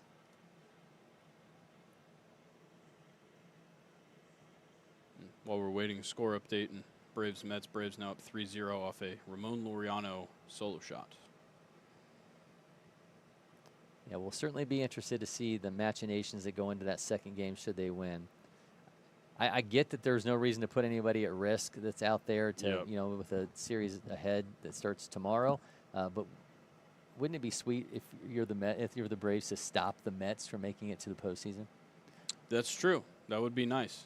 It would be nice. Either way, the Braves have the 5 seed, but it's always nice to put your rivals down.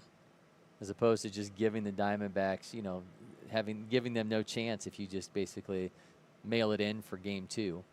It's also a question of who you might face down the road. Swing and a miss by Bass makes it 3-1. Given the 3-0 green light with the 2-run lead late in this game. Well, it certainly speaks to the level of player at the plate, the Georgia State commit from Blessed Trinity. Runners taken off. Bass skies that foul.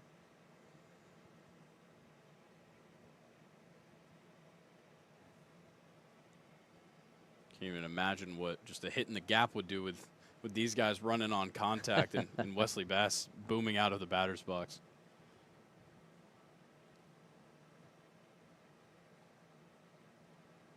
Right-hander Bass windmills the bat around, and he waits for the 3-2, sends that foul. Looks like Carson Ray maybe forgot to run I on, guess. on 3-2, 2 outs.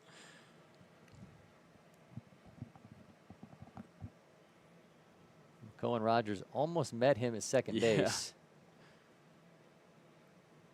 Maybe just needed a breather from the last one. Here comes another 3-2 from Nelson as Bass awaits. Runners do take off. Swing and a miss goes through that one. So 2 stranded for 5-star Team GA. They lead 3-1 as we move along to the 7th inning. See if they can shore this up or if Dirtbags United has something to say as the Upperclass Fall World Series continues.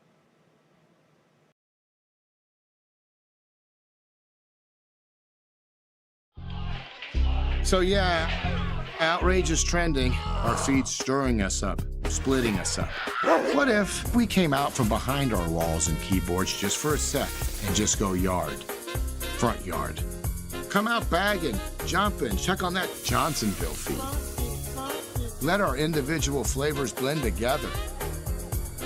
Yes, block nobody, block party. Keep it juicy. Boogie woogie jam slam, bust the dialect, come to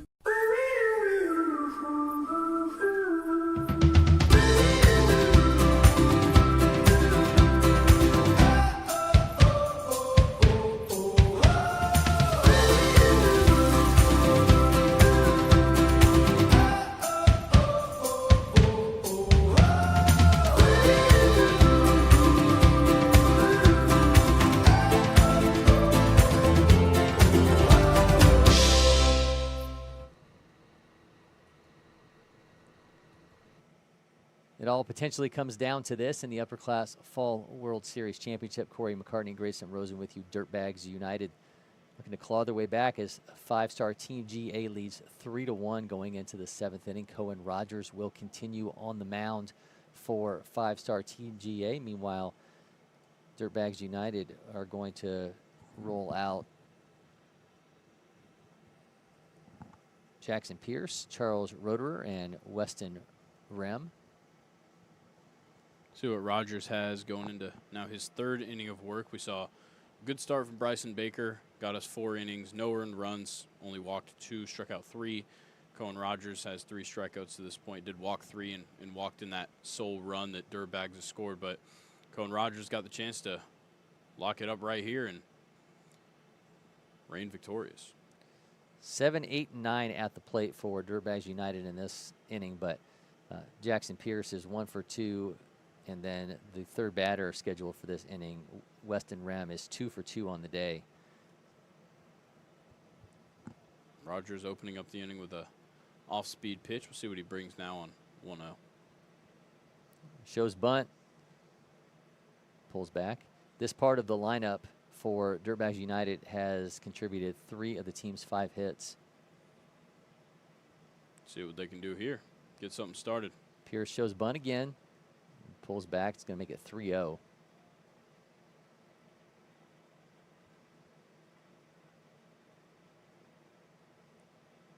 Shows bunt again in the 3-0. He'll make his way down to first base for the lead-off walk. So that puts the tying run at the plate in the form of Charles Roederer. Roederer is 0 for 2 on the day. He has 2 strikeouts. Looks like Weston Rem wants to show bunt as well. Looks like they're, drew the strike on that one, but looks like Dirtbag's approach right here maybe just be distract Cohen Rogers into potentially walking some runners on base. Because these bunt attempts don't look as serious as they are trying to sell them as.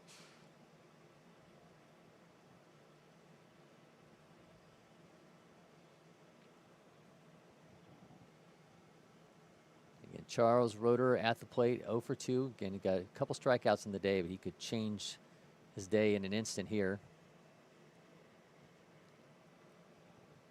Weston Rem in the on-deck circle. 1-1 count, and a runner at first. That's in for a strike.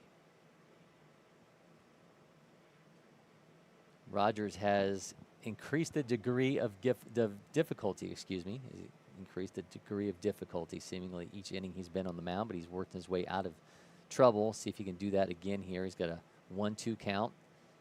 Gets him for the K, so Roederer goes down on strikes for the 3rd time today, and Cohen Rogers bounces back to get the first out. Yeah, that was the perfect pitch right there.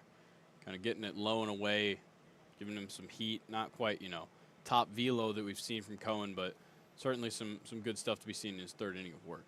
Weston Rem, again, responsible for 2 of the 5 hits thus far for Dirtbags United. Now at the plate, fouls that one off. And if you're Dirtbags, you could certainly use a 3rd.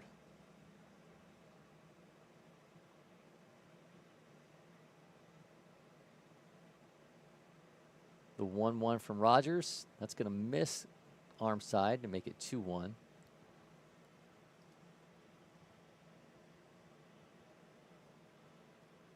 Pardon me, 1-1.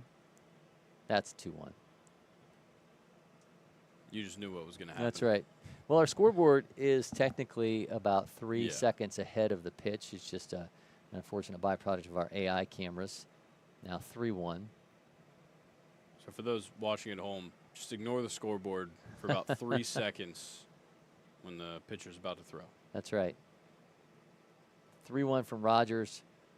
Weston Rem fires that one. From his backside. Another fantastic defensive play from Carson Ray.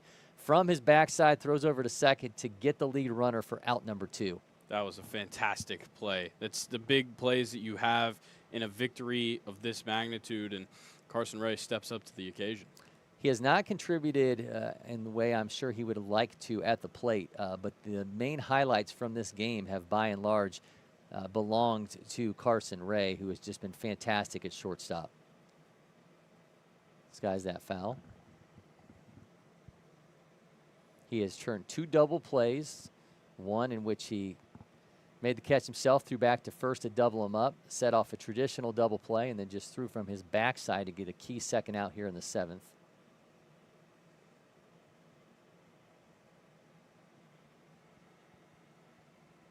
Now there is a 1-1 count to Brady Pollard. Brady Pollard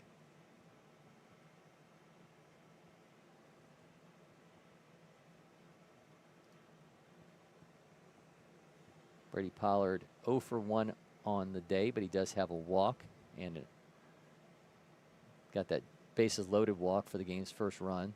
Dribbler back to Cohen. Rogers has it.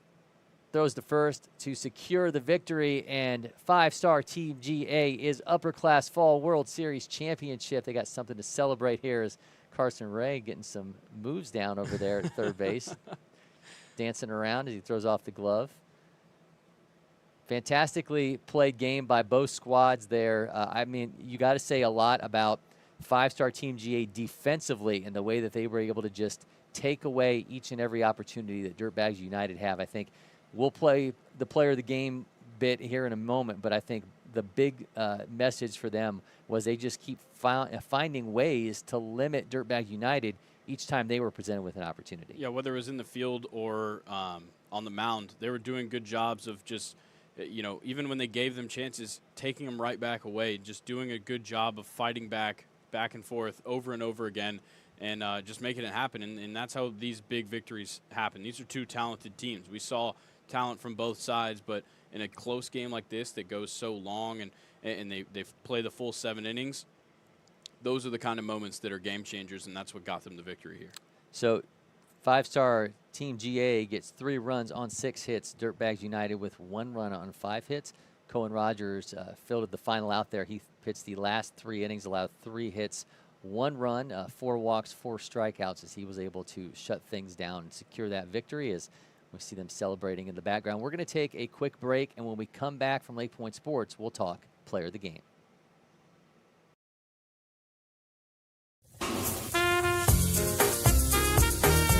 Grilling is an art. Don't forget to add sausage, Picasso. Keep it juicy. Jump to the jam, boogie woogie jam slam, bust the dialect. I'm the man in command. Come flow with the sounds of the mighty.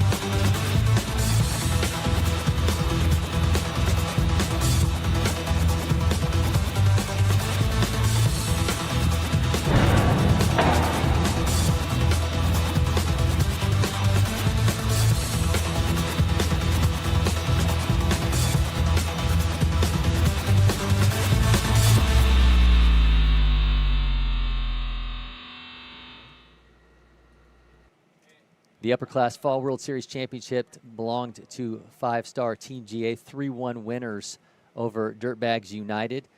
Cory McCartney along with Grayson Rosen with you. And Grayson, we talked about it before we went to the break, just the ability of 5-star Team GA to shut down every opportunity that Dirtbags United had in this one as they end up getting 3 runs on 6 hits to 1 run on 5 hits for Dirtbags United. And we talk player of the game. The first run of the game comes via the bat of Georgia State commit Wesley Bass as part of that 3-run 3rd inning for 5-star Team GA, and that earned him player of the game. Definitely. I think he was the most deserving guy out there on the field. Obviously, we talked about the defensive plays, especially for Carson Ray throughout the broadcast. But Wesley Bass really put the wind in the sails of this team. This was a pitcher's duel, and it looked like we were going to keep rolling. And then we get this, like, 30-minute extended bottom of the third inning where they score all 3 runs, and it all started off the bat of Wesley Bass, who then also came around and scored one of those runs. So I think definitely Wesley Bass is your player of the game. Yeah, Chase Tuggle, by the way, gets a couple RBI and a ball that drops into second base. So some kudos to him, and you mentioned it. Got to give some love to the defensive work at Carson Ray. Ends up turning 2 double plays and had a fantastic play in the 7th inning from his backside for what was really a key second out there as they were able to secure things and get the Upperclass Fall World Series championship. So congratulations to 5-star Team GA. Make sure you join us a week ahead. We'll have the Underclass Fall World Series coming to you starting this weekend. We'll be back again next Monday for that championship game, but you'll, of course, want to catch the game of the day coming to you this Saturday. Check our social media channels later this week for more information on what game we will be covering. So, Cory McCartney for Grayson, Rosen, and producer Mason Monroe, thank you so much for joining us, and we are signing off from LakePoint Sports.